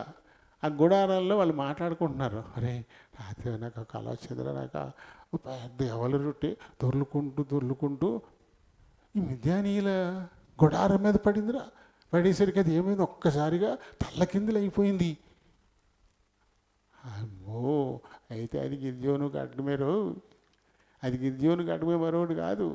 మొత్తం వాళ్ళందరినీ కూడా దేవుడు ఇప్పుడు గిద్యోనికి అప్పగింపబోతున్నాడు అన్నమాట. అనేసరికల్లా అంతే. ఇప్పటిదాకా 35,000 మంది సైన్యాన్ని తీసుకొస్తే వద్దన్నాడు. అందులో మళ్ళీ 22,000 మంది వెళ్ళిపోయారు. కొన్ని 10,000 మిగిలారు కదా అంటే 10,000 కూడా వద్దన్నాడు. అట్టి తిప్పి 300 మందిని ఇచ్చాడు. ఎలా ఈ 300 మందితో నేను గెలుస్తాను వీరిని? ఇలాంటి సందేహాలు ఖచ్చితంగా గిద్యోనులో ఉండే ఉంటాయి. చివరిగా దీంతో ఆ సందేహాలు మొత్తం పూర్తయిపోయి నీకు సందేహాలు ఇప్పుడు లేనటువంటి ఇక పరిస్థితికి ధైర్యం వహించి ముందుకి బయలుదేరిపాడు. అయితే ఎలా ఈ 300 మందితో ఇప్పుడు మన యుద్ధానికి వెళ్ళాలి. ఇక్కడ యుద్ధ తంత్రం ఇది కూడా దేవుడు చెప్పాడు. 3 గుంపులు చెయ్యి, 300ని 100 చొప్పున 3 గుంపులు చేయాలి. 3 గుంపులు చేయాలి. ఒక్కొక్కడు ఏం చేయాలి, ఒక్కొక్కడి చేతిలో ఒక కుండ ఉండాలి, ఖాళీ కుండ. ఆ తర్వాత ఒక బూర ఉండాలి. ఆ తర్వాత ఒక దివిటి కూడా చేతిలో ఉండాలి. ఈ మొత్తం మీద ఒకే చోటు కాకుండా మూడు గుంపులు 3 వైపుల నుంచి వారిని చుట్టాలి. చుట్టిన తర్వాత ఎప్పుడైతే నేను సైగ చేస్తానో అప్పుడు అందరూ కూడా ఒక్కసారిగా ఆ దివిటీలతో కండోళ్ళు పగలగొట్టి బోర ఊదాలి అని చెప్పేసి ఇప్పుడు వాళ్ళు సిద్ధపడిపోయారు. ఇప్పుడు మిద్యానీయుల్ని అమాలేకీయుల్ని చుట్టుముట్టి సిద్ధపడిపోయిన పరిస్థితి. ఒక్కసారి కేకలు వేస్తూ వీళ్ళందరూ కొండల్ని పగలగొట్టి బోర ఊదినప్పుడు డ్యూటీలు పట్టుకునేసరికి అన్ని వైపుల నుంచి పెద్ద సైన్యం వచ్చేస్తుందన్న ఫీలింగు వీళ్ళకి వచ్చేసింది. అది రాత్రిపూట కదా, దివిటీలు జనం ఎవరో పెద్దగా కనపడరు. గట్టి శబ్దం చేసుకుంటూ ఆ కొండలు టప్ప టప్ప పగలు కొట్టుకొని ఒక్కసారిగా వెళ్ళేసరికి మొత్తం గట్టిగా కేకలు వేయాలి అన్నాడు. యెహోవాకును గిద్యోనుకును విజయము అని కేకలు వేయవలెను అని చెప్పాడు. దానిలో నడిజామున ఈ పని చేశారు. అర్ధరాత్రి అందరూ కూడా పడుకున్నప్పుడు, పడుకునేసరికి ఇంచుమించుగా సగం పైనే మెలకువ పోద్ది కదా. ఏముందో పరిస్థితుల్ని గుర్తించే పరిస్థితి ఉండదు. చాలామంది ఒక్కొక్కసారి మంచి లేచి తలుపు చోట ఉంటే ఓ పక్క వెళ్ళిపోతారు. అయోమయంగా ఉంటుంది. నిద్రపోయి బాగా మత్తుగా నిద్రపోయి బయటికి వెళ్దామని లేస్తే ఇటు తలుపు ఉందో తెలియదు ఒక్కొక్కసారి. నిద్రపోయేసరికి అలాంటిది వచ్చేస్తుంది. చాలా చురుకుదనం పోద్ది, బాగా మైల్డ్నెస్ వచ్చేస్తుంది కదా. వీళ్ళందరూ మంచిగా నిద్రపోతున్నారు. ఫుల్గా మొక్క తిని మందు కొట్టి పడుకుని ఉంటారు. వీళ్ళు మొక్కలు బాధిని మందు కొట్టేసి పడుకుని ఉంటారు. అలాంటి టైంలో అర్ధరాత్రి సమయంలో ఒక్కసారిగా కొండలు పగలగొట్టిన చప్పుడు, నిబిటీలు, గట్టిగా బోర శబ్దం, అలా యెహోవాకు గిద్యోనుకు విజయం అని చెప్పేసి అరుపులు. ఎప్పుడైతే ఇవన్నీ వచ్చినాయో వీళ్ళందరూ కూడా ఇప్పుడు చూడండి 7:22 ఆ 300 మంది బోరలను ఊదినప్పుడు యెహోవా దండంతటిలోనూ ప్రతివాని ఖడ్గమును వాని పొరుగు వాని మీదికి త్రిప్పెను. దండు శరీరాతు వైపుననున్న బేర్షిత్తా వరకు, తబ్బాతునొద్దనున్న అబెల్మెహోలా తీరం వరకు పారిపోగా అంటాడు. ఎప్పుడైతే ఈ రకంగా అరిచారో దాంతో వాళ్ళందరికీ అయోమయం అయిపోయింది. వాళ్ళే ఒకరికొకరు ఏమో శత్రువు మీదకి వచ్చేసాడు. పక్కోడే శత్రువు, వాడోడే. ఈ మత్తులో, ఈ నిద్ర మత్తులో, ఈ పరిస్థితిలో, ఈ గందరగోళంలో ఎవడ శత్రువు అర్థం కాని పరిస్థితి అయిపోయి వాళ్ళే ఒకరికి ఎత్తి ఒకరికి ఎదురుగుండా పెట్టేశారు. పరుగులు పారిపోయినటువంటి పరిస్థితి అన్నమాట. అంతే, పారిపోయారు. అప్పటికి వీళ్ళందరూ నఫ్తాలి గోత్రంలో నుండి, ఆషేరు గోత్రంలో నుండి, మనష్షే గోత్రంలో నుండి పిలిపింపబడిన ఇశ్రాయేలీయులు కూడుకుని మిద్యానీయులను తరిమిరి. అంటే ఒక గోత్రం మిస్ అయిపోయింది ఇక్కడ కదా. 4 గోత్రాల్లోనూ ఇక్కడ మనకి ఎన్ని కనపడుతున్నాయి? 3 గోత్రాలు కనపడుతున్నాయి కదా. ఏదో ఒక గోత్రం వెళ్ళిపోయిన వాళ్ళకి వెళ్ళిపోయారు అనమాట. ఇది మట్టుగా మిగిలిన మొత్తం వాళ్ళని తరిమి వారిని ఎఫ్రాయిమీయులు మన్య దేశమంతనికి దూతలను పంపి మిద్యానీయులను ఎదుర్కొంటకు వచ్చి మొత్తం వీళ్ళందరినీ కూడా తరిమి ఎంతోమందిని చంపేశారు. అయితే వీరికి 2 రాజులు ఉన్నారు. వాళ్ళు పారిపోతూ ఉన్నారు. వీళ్ళని తరుముకుంటూ వెళ్ళినప్పుడు మధ్యలో కొంచెం అలసిపోతారు కదా 300 మంది. మరి బ్రేక్ ఉండదు, ఒక క్షణం కూడా ఆగడానికి ఉండదు, ఏమరపాటుగా ఉండడానికి ఉండదు. నరకడమే అలా పనిచేయాలి. అలా పనిచేస్తూ కాస్తంత పాపం అలసిపోయారు. అలసిపోయిన పరిస్థితి ఉంటుంది. అదే దీని ముందు ఇంకొకటి ఉంటుంది, దీనికంటే ముందు ఒకటి ఉంటుంది.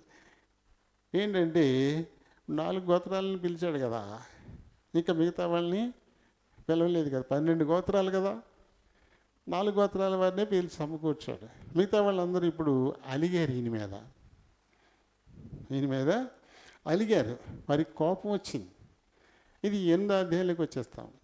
8వ అధ్యాయంలో 1 నుంచి 3 వచనాలు మనకి ఇది కనబడుతుంది.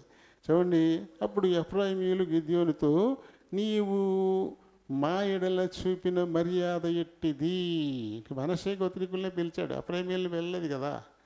నువ్వు మమ్మల్ని ఎందుకు పిలవలేదు, ఈ యుద్ధానికి మమ్మల్ని ఎందుకు పిలవలేదు నువ్వు అని చెప్పేసి అతనితో కఠినంగా మాట్లాడారు. కలహానికి కూడా వచ్చారు. అయితే అప్పుడు ఈయన చాలా సమయస్ఫూర్తితో వారికి సమాధానం చెప్పాడు. వాళ్ళందరినీ రెచ్చగొట్టేలా అదలబండ మీకు చెప్పేది ఏంటి, ఇటువంటి మాటలు ఇలాంటివి కాకుండా చాలా మంచిగా సమాధానం వారితో చెప్పినటువంటి పరిస్థితి అనమాట. దాంతో వారి కోపం తగ్గిపోద్ది. చూడండి, అతడు ఆ మాట అన్నప్పుడు అతని మీది వారి కోపము తగ్గిపోయింది. అయితే వీళ్ళందరూ బాగా అలసటగా ఉన్నారు. అక్కడ సుక్కోతు వారు, ఇంకా ముందుకెళ్తే పెనుయేరు వాళ్ళు ఉంటారు. వీరిని మేము బాగా అలసిపోయాము, మిద్యానీయుల్ని అమాలేకుల్ని తరిమి బాగా అలసిపోయాము, కాస్తంత మాకేమన్నా బలపడడానికి తినడానికి ఇలాంటి ఏం రొట్టెలు అలాంటివి మాకు ఇమ్మని, ఆహారాన్ని ఇమ్మని అడిగితే వీళ్ళందరూ ఏమంటారంటే 6వ వచనంలో సుక్కోతు అధిపతులు జబహు, సల్మున్నా, వీళ్ళు మిద్యాన అమాలేకుడు రాజులు అనమాట. వాళ్ళు ఏమన్నా మరి వాళ్ళు మీ చేతికి చిక్కేశారని మేము మీకు ఆహారం ఇవ్వాలా అంటే, యుద్ధం గెలిచేశారని మీరు అంటే ఇంకా రాజులు చిక్కితే తప్ప యుద్ధం పూర్తయినట్టు కాదు. సైనికులు ఎంతమంది చచ్చిపోయినా చచ్చిపోవచ్చు. రాజులు దొరకాలి, రాజులను పట్టుకోవాలి, వారిని నిర్మూలన చేస్తేనే యుద్ధం పరిసమాప్తమైనట్టు. యుద్ధంలో గెలిచేసినట్టుగాను మీకు ఏమైనా జబహు, సల్మున్నా వీళ్ళు చిక్కేశారా మీ చేతికి అని చెప్పేసి వాళ్ళు అవమానకరంగా హేళన చేస్తూ మాట్లాడతారు. మరి నిజంగా కదా, వీళ్ళందరూ బాధింపబడుతున్నారు కదా, మిద్యానీయుల చేత బాధింపబడుతున్నారు కదా, తెగించి వారి మీద యుద్ధం చేస్తున్నాడు కదా, వారు కూడా చేసాయం చేయాలి, ఆహారం అందించాలి. దానికి మారుగా వీళ్ళు ఎగతాళి చేస్తారు, వెటకారం చేసేటువంటి పరిస్థితి. అప్పుడు ఈయన ఏమంటాడు, అందుకు గిద్యోను ఈ హేతువు చేతను జబహును సల్మున్నాను యెహోవాను చేతికి అప్పగించిన తరువాత నూర్చు కొయ్యలతోనూ కంపలతోనూ మీ దేహాల్ని నూర్చేస్తానంటాడు. నూర్చుకోవడం ఇప్పుడు మనకంటే ట్రాక్టర్లో చేసినాయి. అప్పుడు ఏం చేసేవారు నూర్చుకోవడానికి? దొంగలించుకుని కొట్టుకోవడమే, దొంగలు పెట్టి కొట్టుకోవడమే. ముళ్ళ కంపలతో మొత్తం మీ దేహాలని నూర్చేస్తాను, చీల్చేస్తాను. మమ్మల్ని అవమానిస్తారా, ఎగతాళి చేస్తారా? వాళ్ళు దొరుకుతారు ఖచ్చితంగా. వాళ్ళు జబహు, సల్మున్నా మాకు దొరుకుతారు. అప్పుడు మీ సంగతిని మేము చూస్తాము అని చెప్పేసి వీళ్ళు పారిపోయారు. మొత్తం మీద జబహు, సల్మున్నా పారిపోతే వాళ్ళిద్దరినీ ఆఖరికి పట్టుకుంటాడు. మొత్తం మీద వారిద్దరినీ కూడా పట్టేసుకుని ఇప్పుడు ఆ తర్వాత పెనుయేలు వారు కూడా ఉంటారన్నమాట. సుక్కోతు వారే కాదు, పెనుయేలు వారు కూడా ఉంటారు.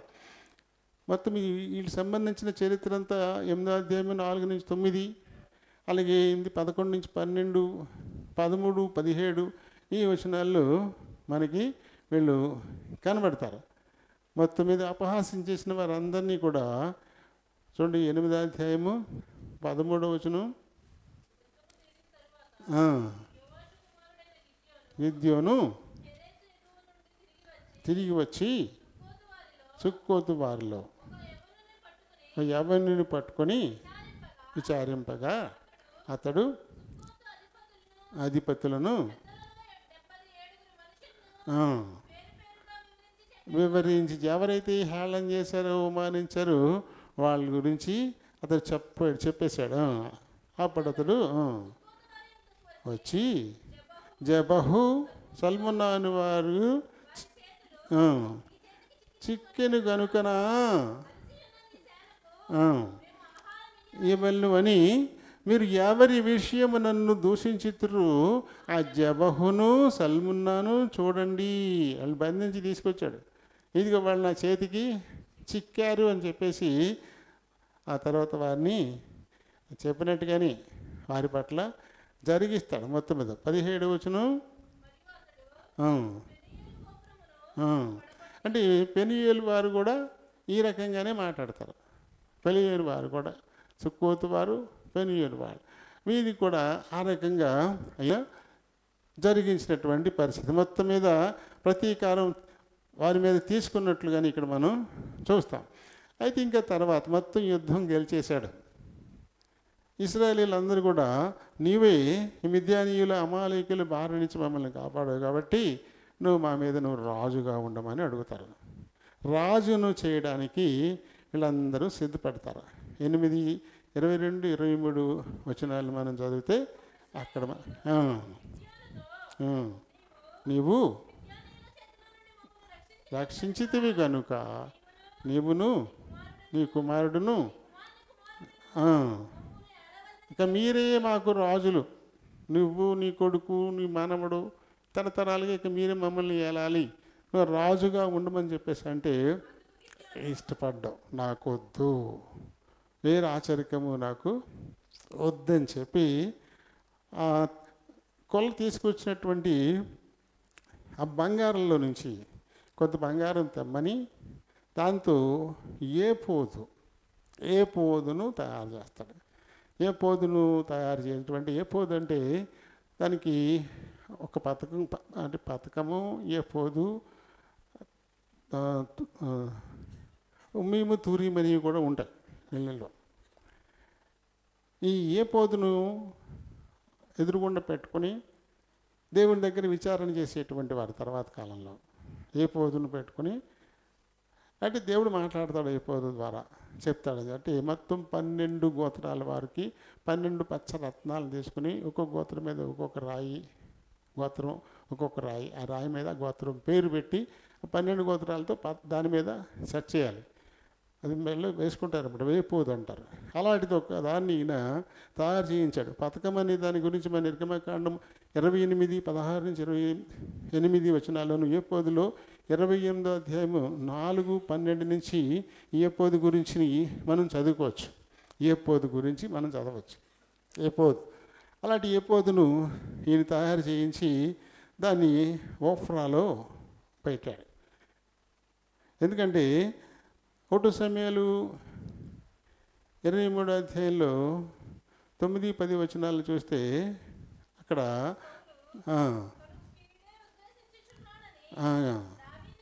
ఎరిగి యాజకుడైన అబ్యాతారును ఏ పోదు పట్రా, ఈయన చేశాడు ఏ పోదు, గిద్యోను తయారు చేయించినటువంటి ఏ పోదు, దాన్ని పట్టుకురా అంటాడు.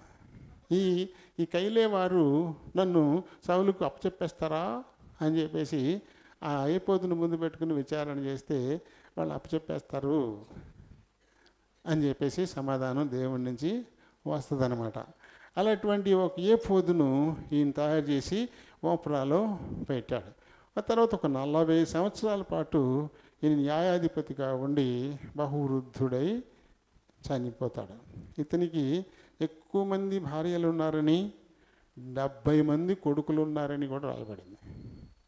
ఇతనికి ఎక్కువ మంది భార్యలు ఉన్నారు, ఒక 70 మంది దాకా కొడుకులు ఉన్నారు. ఇది చూడండి 8వ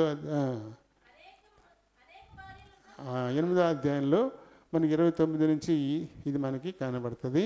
ఇది ఏకంగా 70 భార్యలు ఉపపత్నులు కూడా ఉంటారు, అందుకు 70 మంది కుమారులు ఉంటారు ఏకంగా ఈయనకి. అయితే ఉపపత్ని కొడుకు అనేటువంటి వాడు ఆ తర్వాత ఈ 70 మందిని చంపేసి తన పరిపాలన మొదలు పెడతాడు. అది తర్వాత మనకి కనపడేటువంటి విషయం. అయితే మొత్తం మీద ఈ గిద్యోను నుంచి మనం నేర్చుకోవాల్సినటువంటి విషయం ఇదంతా చరిత్ర. మనకి బుద్ధి కలగడానికి, మనకి ధైర్యం కలగడానికి, ఒక దిశా నిర్దేశం మనకు కలగడానికి ఇవన్నీ చరిత్రలు మన ముందు పెట్టాడు ఈయన. ఒత్తిని గిద్యోను ఇంత గొప్ప కార్యం చేశాడని చెప్పేసి మనం చెప్పుకుని ఊరుకోవడం కాదు. ఇప్పుడు మరి పరాక్రమము గల బలాఢ్యుడా అంటే నాకెక్కడుంది పరాక్రమం, నాకెక్కడుంది బలము అని ఆయన అనుకున్నాడు. అయితే మనలో ఏ బల ప్రభావాలు ఉన్నాయో, మనలో ఏ తలాంతులు ఉన్నాయో, ఏ టాలెంట్స్ ఉన్నాయో దేవుడికి తెలుసు. వాటిని ఆయన సమయానుకూలంగా వాడుకుంటాడు. అందుకు మన వంతు సహకారం మనం అందించాలి. ఇప్పుడు లక్షలాది మంది ఉన్న ఇజ్రాయేలీల్లో ఒక మనష్షే గోత్రాన్ని నుంచి ఒక కనిష్ఠుడైనటువంటి ఒక గిద్యోనును ఎంపిక చేసుకుని అతని దగ్గరికి ఎందుకు దేవుడు వచ్చాడు అంటే అతనిలో ఒక కసి ఉంది. ఈ మిద్యానీయులు మమ్మల్ని బతకనివ్వట్లేదు, కడుపు నిండా తిండి తినివ్వట్లేదు, మా ధాన్యం మేము కూడా దొల్ల కొట్టుకోవడానికి వీలు లేని పరిస్థితులు కల్పించారు. వీళ్ళు నా సోదరులు కూడా చంపేశారు, ఎలా వీరి మీద పగ తీర్చుకోవడం అనేటువంటి ఒక కోరిక అతనిలో ఉండిపోయింది. అలాంటి వాటిని బట్టి దేవుడు ఏం చేస్తాడు, అలాంటివన్నీ తన ఏర్పాట్లోకి తెచ్చుకుంటాడు. ఇంతకుముందు రహాబుని గురించి మనం చెప్పుకున్నప్పుడు కూడా అదే చెప్పుకున్నాం. రహాబులో తన హృదయంలో ఒక ఆలోచన మెదులుతూ ఉంది. ఎందుకంటే తన దగ్గరికి ఎక్కడెక్కడి నుంచో మనుషులు వస్తూ పోతుంటారు. తన వృత్తి అది కాబట్టి వాళ్ళు మాట్లాడుకునేటువంటి మాటలను బట్టి ఇజ్రాయేలీయుల పట్ల యెహోవా దేవుడు ఐగుప్తులు చేసిన కార్యాలన్నిటినీ అవి వింటూ వచ్చింది. అవి విన్నప్పుడు ఆ మాటలు తన హృదయాన్ని పట్టుకున్నాయి. యెహోవా ఇంత గొప్ప దేవుడా, ఇంత గొప్ప కార్యాలు ఆయన చేస్తాడా, అయితే మా దేశాన్ని కూడా ఖచ్చితంగా ఇజ్రాయేలీకి అప్పచెప్పేస్తాడు అనేటువంటిది తన హృదయాన్ని పట్టుకుని ఉన్నాయి. కాబట్టి దేవుడు తన్ను ఏర్పాటు చేసుకున్నాడు రాజాజ్ఞకు విరుద్ధంగా కదా. మరి అది ఏమంటారు, దాన్ని దేశభక్తి లేకుండా దేశద్రోహం అది అంటారు. అది చేయడానికి కూడా తను ఎలా ధైర్యం వచ్చింది తనకి అంటే, తను విని దానిని బట్టి యెహోవా పట్ల తనకు కలిగిన గురి, అందుకని ఆమెను ఎంపిక చేసుకున్నాడు. అలా తను తన ఇంటి వారందరూ కూడా రక్షింపబడిన సందర్భం అక్కడ మనం చూస్తాం. ఇక్కడ అలాగే ఈ గిద్యోనులో ఉన్నటువంటి తలంపు, నా సోదరులను చంపేశారు, మమ్మల్ని అందరినీ బాధిస్తూ ఉన్నారు, కడుపు నిండా తిండి తినేయట్లేదు, వీళ్ళని ఏం చేయాలి, వీళ్ళని ఇలాంటి ఆలోచనలు తనలో ఉన్నాయి. దొలగొట్టుకుంటున్నాడు కానీ ఇవే రింగ్ అవుతూ ఉన్నాయి తను. కాబట్టి ఇప్పుడు దేవుడు అతన్ని ఏర్పాటు చేసుకున్నాడు. ఇప్పుడు అతని ద్వారా చూడండి, మరి మోషే మిద్యాను దేశంలో హోరేబు కొండ దగ్గర మండుతున్న పొద, ఎవరూ తన దగ్గరికి వెళ్ళడానికి సాహసించలేదు. చూస్తున్నారు ఎంతో కాలంగా, ఎవరూ సాహసించలేదు. అదేంటో చూద్దాం అనే తలంపు మోషేలోనే ఎందుకు కలిగింది? దేవుని ఏర్పాట్లో తాను ఉన్నాడు కాబట్టి. అలా మనం అందరం కూడా దేవుని ఏర్పాట్లో ఉంటాం. ఏదో సందర్భం, ఏదో పరిస్థితి ఖచ్చితంగా మనల్ని ఆయన వాడుకుంటాడు, ఆయన ఉపయోగించుకుంటాడు. ఇప్పుడు ఒక్కడి ద్వారా కేవలం ఒక 300 మంది సైన్యంతో 1,35,000 మందికి పైగా ఉన్నటువంటి సైన్యాన్ని ఎలా ఓడించగలిగాడు? దేవుని యొక్క ఏర్పాటది. గిద్యోను ద్వారా ఇది జరగాలని దేవుడు ఉద్దేశించున్నాడు. కాబట్టి దేవుడు ఏర్పాటు చేసుకుని దేవుడు మనల్ని సిద్ధపరుస్తూ ఉంటే వెనకడుగు వేయకూడదు. ఆయనకి 4 రకాల సూచనలు కనపడ్డాయి. తను ధైర్యపరిచాడు, బలపరిచాడు. అదే రీతిని మనకు కూడా కనపడతాయి, మనకు కూడా చూపిస్తాడు ధైర్యం రావడానికి, విశ్వాసంలో స్థిరపడి బలపడి ముందుకు సాగడానికి. ఎన్నెన్నో ఆటంకాలు వెనక్కి లాగే ఎప్పుడూ ఉంటాయి. గిద్యోనికి ఉన్నాయి, తను వెనక్కి లాగేసేయి.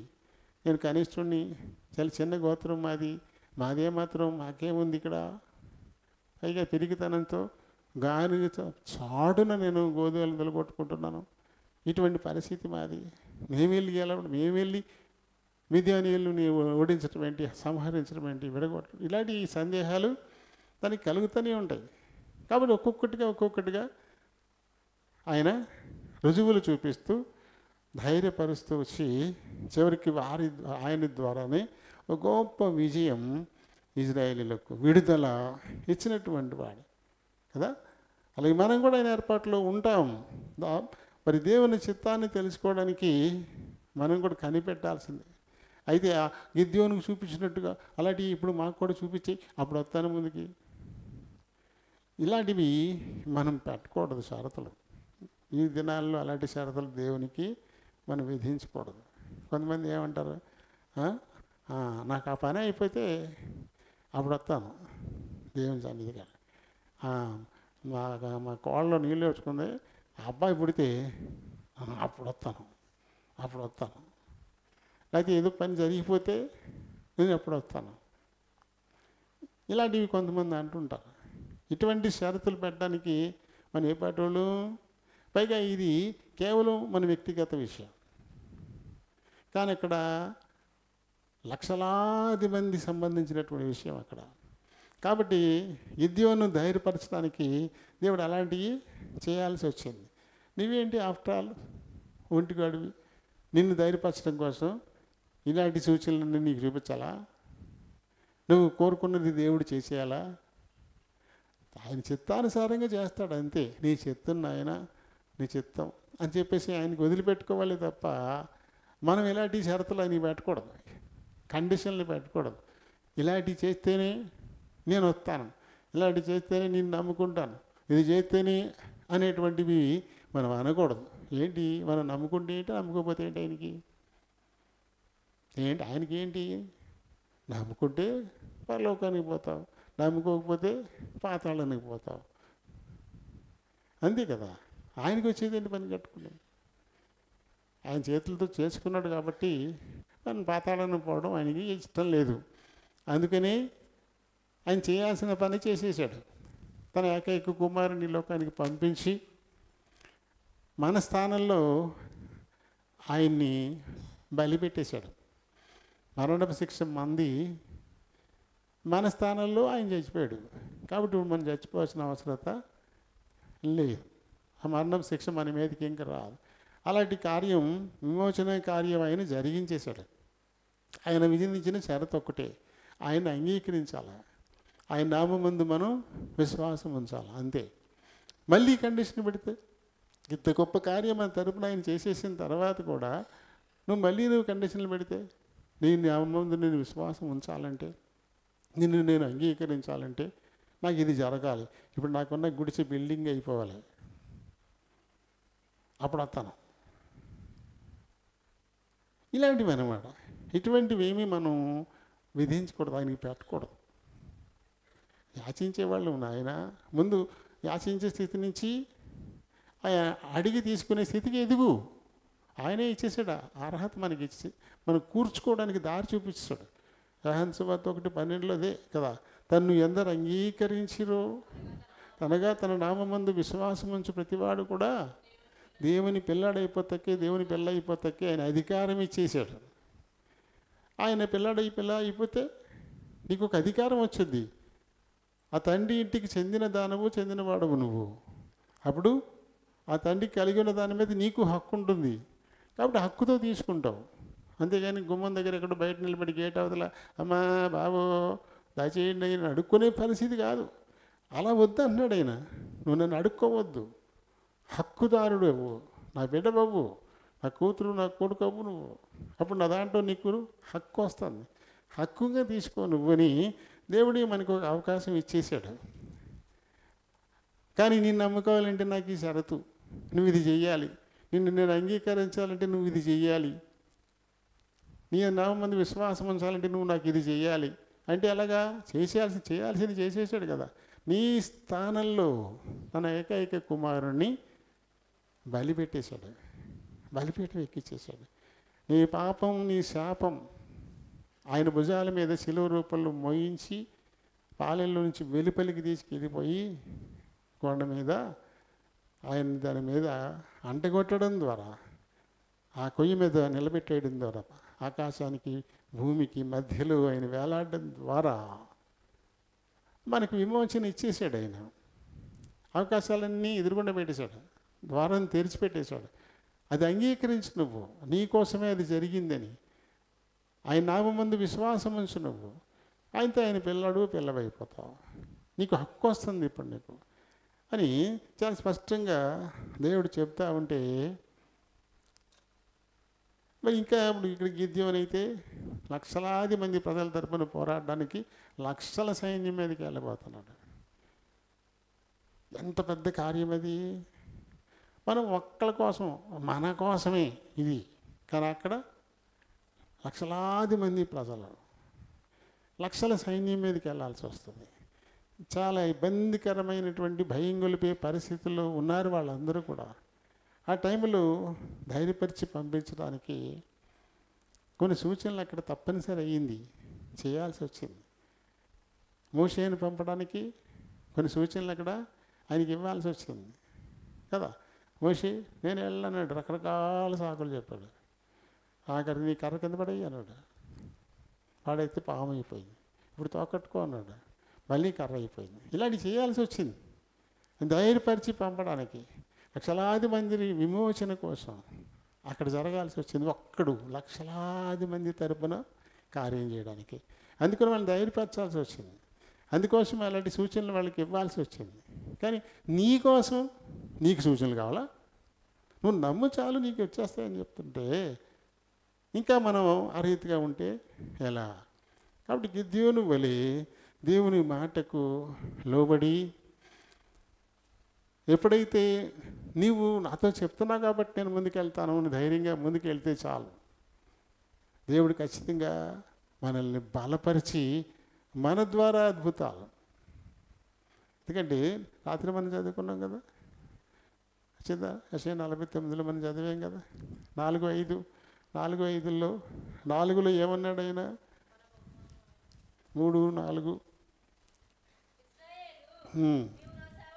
నీవు నా సేవకుడు, నీలో నన్ను నేను మహిమపరుచుకుంటాను అని చెప్తున్నాడు ఆయన. నీలో నన్ను. ఇప్పుడు గిద్యోనులో దేవుడు తన్ను మహిమపరుచుకున్నాడు. ఏమన్నారు ఆ డేరాల్లో ఉండి మాట్లాడుకుంటున్న వాళ్ళు? అది గిద్యోను ఖడ్గమే. ఇదిగో యెహోవా దేవుడు మనలందరినీ గిద్యోనికి అప్పగించేస్తున్నాడు. అంటే గిద్యోను ద్వారా దేవునికి మహిమ, దేవుడు చేసిన ఏర్పాటు ద్వారా గిద్యోనుకు మహిమ. నీలో నన్ను మహిమ పరుచుకుంటాను. నీ గిద్యోనులో దేవుడు తన్ను మహిమపరుచుకున్నాడు. ఎంత గొప్ప కార్యం! లక్షల సైన్యం మీద 300 మందితో యుద్ధం, విజయం. ఎలాంటి కార్యం అది కదా! కాబట్టి దేవుడు మన ద్వారా తనను మహిమపరుచుకోవాలని నేను కోరుకుంటా ఉన్నాడు. అందుకొరకు మన సహకారం అంతే. ఆయన చిత్తానికి అప్పగించుకోవడమే మనం చేయాల్సిన సహకారం. ఇదిగో నాయనా, నీ చేతిలో నన్ను ఎలా వాడుకుంటావో వాడుకో, నేను చెప్పేసుకుంటున్నాను. ఎందుకంటే మన ముందు చాలా సాక్షులు ఉన్నారు కదా. ఇప్పుడు గిద్యోనికి సాక్షులు లేరు అక్కడ, తక్కువ. ఇప్పుడు మనకి ఎంతమంది సాక్షులు వచ్చేసారు? చాలామంది వచ్చేసారు కదా. ఇంత గొప్ప సాక్షి సమూహమే వచ్చేసింది మనకి. కానీ అప్పుడు అంతగా లేదు. కాబట్టి ఆయన చేయాల్సి వచ్చింది. నీ చుట్టూ ఉన్న ఈ సాక్షులందరూ కూడా దేవుడు చేసినటువంటి కార్యాలు కదా సాక్షులుగా మన ముందు నిలబడుతున్నారు.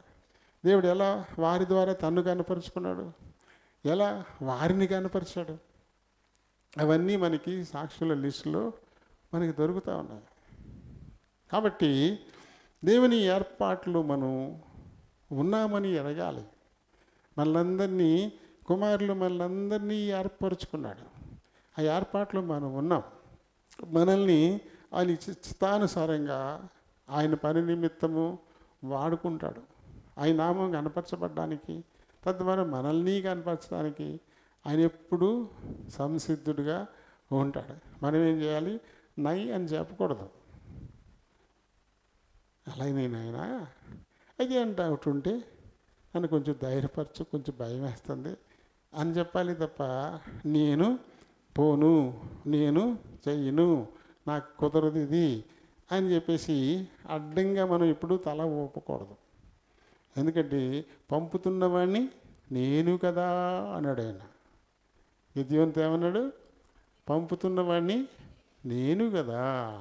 కాబట్టి నువ్వు ఒక్క మనుషుని హతం చేసినట్లుగా ఈ లక్షల సైన్యాన్ని నువ్వు హతం చేసేస్తావు అని చెప్పాడు. కాబట్టి మనల్ని ఏర్పరచుకున్నది దేవుడు కదా, నేను ఏర్పరచుకున్నది నేను కదా అని అన్నప్పుడు మనం ఎలా అడ్డంగా తల ఊపుతాం? అలా అడ్డంగా తల ఊపితే ఎప్పటికీ మనకి గొప్ప రాదు, మనల్ని బట్టి దేవుని నామానికి మహిమ కలగదు కదా. దేవుని నామం మహిమపరచబడ్డంలోనే మన గొప్పతనం కూడా ఉంది. ఇక్కడ యెహోవా నామం మహిమపరచబడ్డంతోనే గిద్యోను కూడా మహిమ వచ్చింది. గిద్యోనుని ఇశ్రాయేలీయులందరూ రాజును చేయాలని వారు కూడా తలంచారు. అయితే ఎక్కడైనా చాలా నిస్వార్థంగా ఉన్నాడు. నేనే కదా ఈ గెలుపుకు కారణం, వీళ్ళందరూ కూడా నన్ను రాజుని చేయాలనుకుంటున్నారు. నేను రాజుని అయిపోతాం అని ఏమీ అనలేదు. ఎందుకంటే విడిపించని దేవుడు చెప్పాడు తప్ప నువ్వు రాజువై ఏలుబడి చెయ్యి అని చెప్పేసి దేవుడు చెప్పలేదు. కాబట్టి దేవుడు చెప్పంది నేను చెయ్యను. నాకు ఈ రాచరికం, ఈ పెత్తనాలు ఏమీ వద్దు. అయితే ఒక గుర్తు ఎఫోద్ దాదాపుగా 17 కేజీల బంగారంతో 17 కేజీల బంగారంతో చేస్తాడు. అది ఎఫోదుని చేసి అక్కడ దాని ఓఫ్రాలో దాన్ని పెడతాడు. అయితే తర్వాత అది ఒక విగ్రహంగా మారిపోయింది. దాని దగ్గరికి వచ్చి విచారణ చేయడం, అది ఇంకా ఎరితాలు వేసేసింది. అలాగే పాము బొమ్మ, ఇత్తడి సర్పం, నెహస్నాహు కింద పేరుకు వచ్చేసి అది కూడా నెహస్ట్రాను అనే పేరుతో దాన్ని పూజించడం మొదలెట్టేశారు. అలాగే ఈ ఎఫోదు కూడా అలా అయిపోయింది. అక్కడ ఆ సమయానుకూలంగా ఒక జ్ఞాపిక కొల్ల పట్టుకొచ్చినంతటితోటి అందులో కొంత భాగంతో ఒక జ్ఞాపకం. ఈ ఎఫోదు ఎప్పుడు తయారు చేశారు అంటే మిద్యాని అమాలేకుల మీద గిద్యోను ద్వారా దేవుడిచ్చినటువంటి విజయం అప్పుడు వచ్చిన కొల్ల సొమ్ము అందులో నుంచి కొంత తీసుకుని దీన్ని తయారు చేసి ఇక్కడ పెట్టారు అనడానికి ఒక జ్ఞాపిక అంతేది. అందుకని తర్వాత దాన్ని ఎదురుకుండా పెట్టుకుని దాని దగ్గర విచారణ చేయడం అంటే దాన్ని ఒక విగ్రహం కింద తర్వాత మార్చేశారు. మార్చేశారు. అలా ఏది దేనివల్ల మనకి మేలు కలిగిందో అది దేవుడు కాకూడదు. దాన్ని ఇచ్చినటువంటి దేవుడే, అంతేగాని అది కాదు. అలా మనం రక్షింపడడానికి, అది స్వస్థపడడానికి ఏదో ఒకటి కారణం కావచ్చు. ఆ కారణమైన దాన్ని దేవుడు చేయకూడదు. దాన్ని మనం పూజించే పరిస్థితికి మనం దిగజారిపోకూడదు కదా. అయితే గిద్యోను అయితే యథార్థంగానే ఉన్నాడు. తన రాజరికాన్ని కోరుకోలేదు, సింహాసనం ఎక్కుతానని అనుకోలేదు. దేవుడు ఆ పని నాకు ఇవ్వలేదు. కేవలం వీళ్ళందరినీ విడిపించే పని మాత్రమే చేశాడు. అందుకొరకే నన్ను బలపరిచాడు. కాబట్టి ఆ పని పూర్తయిపోయింది. ఇంక నాకు వద్దు. కేవలం న్యాయాధిపతి అంతే. ఓ 40 సంవత్సరాల వృద్ధుడై చనిపోయినట్లుగానే మనకి కనపడుతుంది. ఇది గిద్యోను. ఇప్పుడు గిద్యోను ఎప్పుడు దేవుణ్ణి ఆరాధించాలి. ఎందుకు? అతి సామాన్యుడైనటువంటి వాడు ఇంత గొప్ప విజేతను చేసినటువంటి దేవుడు కదా. కాబట్టి ఇప్పుడు ఏం చేయాలి? గిద్యోను ఎప్పుడు దేవుణ్ణి ఆరాధిస్తూనే ఉండాలి. ఒక అనామకుడు, ఒక కనిష్ఠుడు, అటువంటి వాడు ఇప్పుడు ఎంత గొప్ప పేరు ప్రఖ్యాతలు ఎలా వచ్చాయి? ఇవన్నీ ఇచ్చిన దేవుడు. కాబట్టి ఇప్పుడు ఆయన నిరంతరము ఆయన ఆరాధిస్తూనే ఉండాలి. ఆరాధన భావం ఆయన మీదే ఎప్పటికీ ఉండాలి. అంతేగాని ఆయనకి ఇచ్చిన కర్ర, లేకపోతే ఒక కొండ, లేకపోతే ఒక బూర, అవి కాదు. ఈ బూరలు ఊదటం వల్లే నాకు విజయం వచ్చింది, లేదా కొండ పగల కొట్టడం ద్వారా నాకు విజయం వచ్చింది, కాబట్టి కొండని ఇక్కడ పెట్టుకుంటాను, ఈ కర్ర ఈ దివిటీని ఇక్కడ పెట్టుకుంటాను, ఈ బూరని ఇక్కడ పెట్టుకుంటాను అని వాటిని ఆరాధించడం కాదు కదా. వీటన్నిటి సహాయంతో ఒక గొప్ప విజయం పొందేలా బలపరిచినటువంటి దేవుడు, ఆయనే ఆరాధనీయుడు. కాబట్టి మనం కూడా ఆయన ఆరాధన చేద్దాం. దేవుడి మాటలను దీవించునుగాక. ఫిలిప్పీయులకు రాసిన పత్రిక 2వ అధ్యాయము 1 నుంచి 5 వచనాలు. కావున క్రీస్తునందు ఏ హెచ్చరిక అయినను, ప్రేమ వలన ఆదర అయినను, ఆత్మయందు ఏ సౌహాసమైనను, ఏ దయారసమైనను, వాత్సల్యమైనను ఉన్న ఎడల మీరు ఏకమనుష్కులగునట్లుగా ఏకప్రేమ కలిగి ఏకభావము గలవారుగా ఉండి ఒక్కదాని అందే మనస్సుంచుచు నా సంతోషమును సంపూర్ణము చేయుడి. కక్ష చేతనైనను వృధాతిశయము చేతనైనను ఏమీ చేయక వినయము అయిన మనస్సు గలవారై ఒకరినొకడు తనకంటే యోగ్యుడని ఎంచుచు మీలో ప్రతివాడును తన సొంత కార్యములను మాత్రమే కాక ఇతరుల కార్యములను కూడా చూడవలెను. క్రీస్తు యేసును కలిగిన ఈ మనస్సు మీరును కలిగి ఉండుడి. దేవుడి పరిశుద్ధ వాక్యం దీవించును గాక.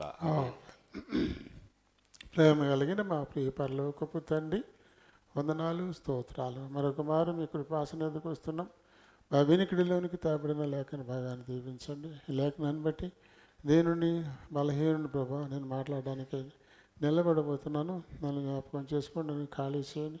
మీ చిత్తానుసారమైన మాటలు నా నోట నింపి మీరే మాట్లాడుకుని మహిమ తెచ్చుకోమని అడుగుతా ఉన్నాను. నిద్రాత్మల్ని అంధకార శక్తుల్ని నజరేయుడని సునాముల్లో బంధిస్తున్నాం. నన్ను మమ్మల్ని మందిరాన్ని విద్యుత్ సౌండ్ సిస్టమ్ వీటన్నిటిని మీ చేతులకు అప్పగించుకుంటూ ప్రభువును రక్షకుడునైనా యేసునామని అడిగి వేడుకుంటున్నాను మా పరమ తండ్రి. ఆమేన్. Praise the lord. మరొకసారి ప్రభు కృపాసనకు వస్తున్నాము. ఇప్పుడు ప్రభు దేహంలోను రక్తంలోనూ పాలు పంపులు పొందడానికై మనం సిద్ధపడుతున్నాము. దీని ముందు మరొక మాట మీకు, మరి ఇంతకుముందు మనం గిద్యోని గురించి మాట్లాడుకున్నాము. అయితే ఒకసారిగా ఆరంభం నుంచి ఆఖరి వరకు ఒకేసారి చెప్పుకోవడాన్ని బట్టి కొంచెం కన్ఫ్యూజన్ ఉండొచ్చు మీకు. అందుకని మళ్ళీ చదవండి బాగా. 6, 7, 8 అధ్యాయాలు మీరు ఒకసారి చదివితే అవును ముందు చెప్పారు కదా, ఇది చెప్పారు కదా అని అప్పుడు మళ్ళీ గుర్తు వస్తుంది అనమాట. లేక న్యాయాధిపతులు 6, 7, 8 వచనాలని అధ్యాయాల్ని మీరు జాగ్రత్తగా పరిశీలనగా చదువుకోండి. లేకపోతే ఒక గిద్యోని గురించి మనం 3 క్లాసులు తీసుకోవాలి. అది సుదీర్ఘమైన చరిత్ర కదా.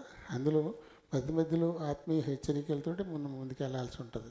ఒక స్టోరీలా చెప్పుకుంటూనే ఆత్మీయ హెచ్చరికలు కూడా మనకు అందులో ఉంటూ ఉంటాయి. అయితే ఒక స్టోరీలాగా అలా వెళ్ళిపోయాం కాబట్టి ఒక క్లాసులో 1 గంట బాగా పట్టినట్టుంది. 1 గంట బావులో అది అలా తీసుకెళ్ళాం. చదవండి ఇంటికి వెళ్ళిన తర్వాత. ఏదైనా సరే ఇక్కడ చెప్పిన ప్రతిదాన్ని మరొకసారి ఇంటికి వెళ్ళిన తర్వాత మీరు చదవడం ద్వారా మరొకసారి అన్నీ గుర్తొస్తాయి. అవును కదా, ఇది చెప్పారు కదా, ఇది కదా అనిపిస్తూ ఉంటుంది అనమాట. మన బల్లలో పాలు పంపులు పొందడానికి మనం వెళ్ళబోతూ ఉన్నాం. ఇక్కడ పౌలు గారు మరి ఈ ఫిలిప్పీ సంఘానికి ఆయన చెరసాలలో ఉండి రాస్తున్నటువంటి పత్రిక ఇది. ఆయన్ని ఖైదు చేశారు, ఆయన స్వేచ్ఛను హరించేశారు. బయటికి వెళ్ళడానికి లేదు, ఎవరితో మాట్లాడడానికి లేదు, తను ఒక్కడే ఉండాలి. అంటే మామూలుగా చల్లగా కాకుండా గృహ నిర్బంధం అన్నమాట. ఒక చిన్న ఇల్లు లాంటి దాంట్లో పెట్టేసి సైనికులు కావలు ఉంటారు. ఇంకెళ్తాకు ఉండదు, వస్తాకు ఉండదు. ఏమైనా రాసుకుంటే కానీ కావాలంటే కాగితాలను కళాలు మట్టుకు ఇస్తారనమాట. అవి తీసుకుని ఫిలిప్పీ సంఘానికి చెరసాలలో ఉండి ఈ పత్రిక ఆయన రాశాడు. మరి దీనిలో ఆయన మన మాదిరి. ఈ 2వ అధ్యాయం అంతా, మొదటి అధ్యాయం అయితే క్రీస్తే నా బలం, మొదటి అధ్యాయంలో క్రీస్తు నా బలం అని చెప్తాడు. అది 1వ అధ్యాయం 21వ వచనంలో మనం చూస్తాం. నా మట్టుకైతే బ్రతుకుడు క్రీస్తు, చావైతే నాకు లాభము అని చెప్తూ ఆయన నా బలం అనేటువంటి మాటలు ఇక్కడ. అయితే 2వ అధ్యాయానికి వస్తే ఇందులో ఆయనే మన మాదిరి, రోల్ మోడల్. ఆయన బలి మనం నడుచుకోవాలి. ఈ 1 నుంచి 5 వచనాల్లో చూస్తే చివరికి ఒక 4 వచనాలు అవి ఇవి చెప్పి మొత్తం మీద క్రీస్తు యేసుకు కలిగిన ఈ మనసును కలిగి ఉండండి మీరు అని చెప్పాడు. ముందు నుంచి ఏమంటాడు? క్రీస్తునందు ఏ హెచ్చరిక అయినను, ప్రేమ వలన ఆదరణ అయినను, ఆత్మయందు ఏ సహవాసమైనను, ఏ దయారసమైనను, వాత్సల్యమైనను ఉన్న ఎడలా, ఇవన్నీ కనుక మీలో ఉంటే మీరు ఏక మనస్కులగునట్లుగా ఏక ప్రేమ కలిగి ఏకభావము గలవారుగా ఉండి ఒక్కదాని యందు మనసు ఉంచుచు నా సంతోషమును సంపూర్ణము చేయుడి. ఇవి కనుక మీలో ఉంటే మీరందరూ ఏక మనసు ఏకభావము కలిగి ఉండాలా. అంటే ఇక్కడ ఇక తన మన అనేటువంటి భేదాలు ఏమాత్రం కూడా ఉండడానికి లేదు. భేదాలు ఏమీ ఉండడానికి లేదు అని చెప్పేసి అలా మీరు ఉండడాన్ని బట్టి నేనెంతో సంతోషించేటువంటి వాడుగా నేనున్నాను. కాబట్టి కక్ష చేతైనా వృధాతిశయం చేతైనా మీరేమీ చేయడానికి వీలేదు, చేయకూడదు. వినయమైన మనస్సు గలవారై ఒకరినొకడు తనకంటే యోగ్యుడని ఎంచుచు మీలో ప్రతివాడును తన సొంత కార్యములను మాత్రమే కాక ఇతరుల కార్యములను కూడా చూడాలి. ఇదంతా ఎందుకు? అసలు క్రీస్తు యేసు కలిగిన ఆ మనసుని మీరు కలిగి ఉండండి సరిపోద్ది. ఆ మనసుని మీరు కలిగి ఉంటే ఇవన్నీ వచ్చేస్తాయి. ఈ పైన ఏవేవైతే చెప్పాడో అవన్నీ కూడా క్రీస్తు యేసుకు కలిగిన మనసును కలిగి ఉంటే ఇవన్నీ మీకు వచ్చేస్తాయి అని చెప్పాడు కదా. మరి ఎలాంటి మనసు అయింది? ప్రభు దేహంలోనూ రక్తంలోనూ మనం పాలు పువ్వులు పొందాలంటే క్రీస్తు యేసు ఎలాంటి మనసు కలిగి ఉన్నాడు?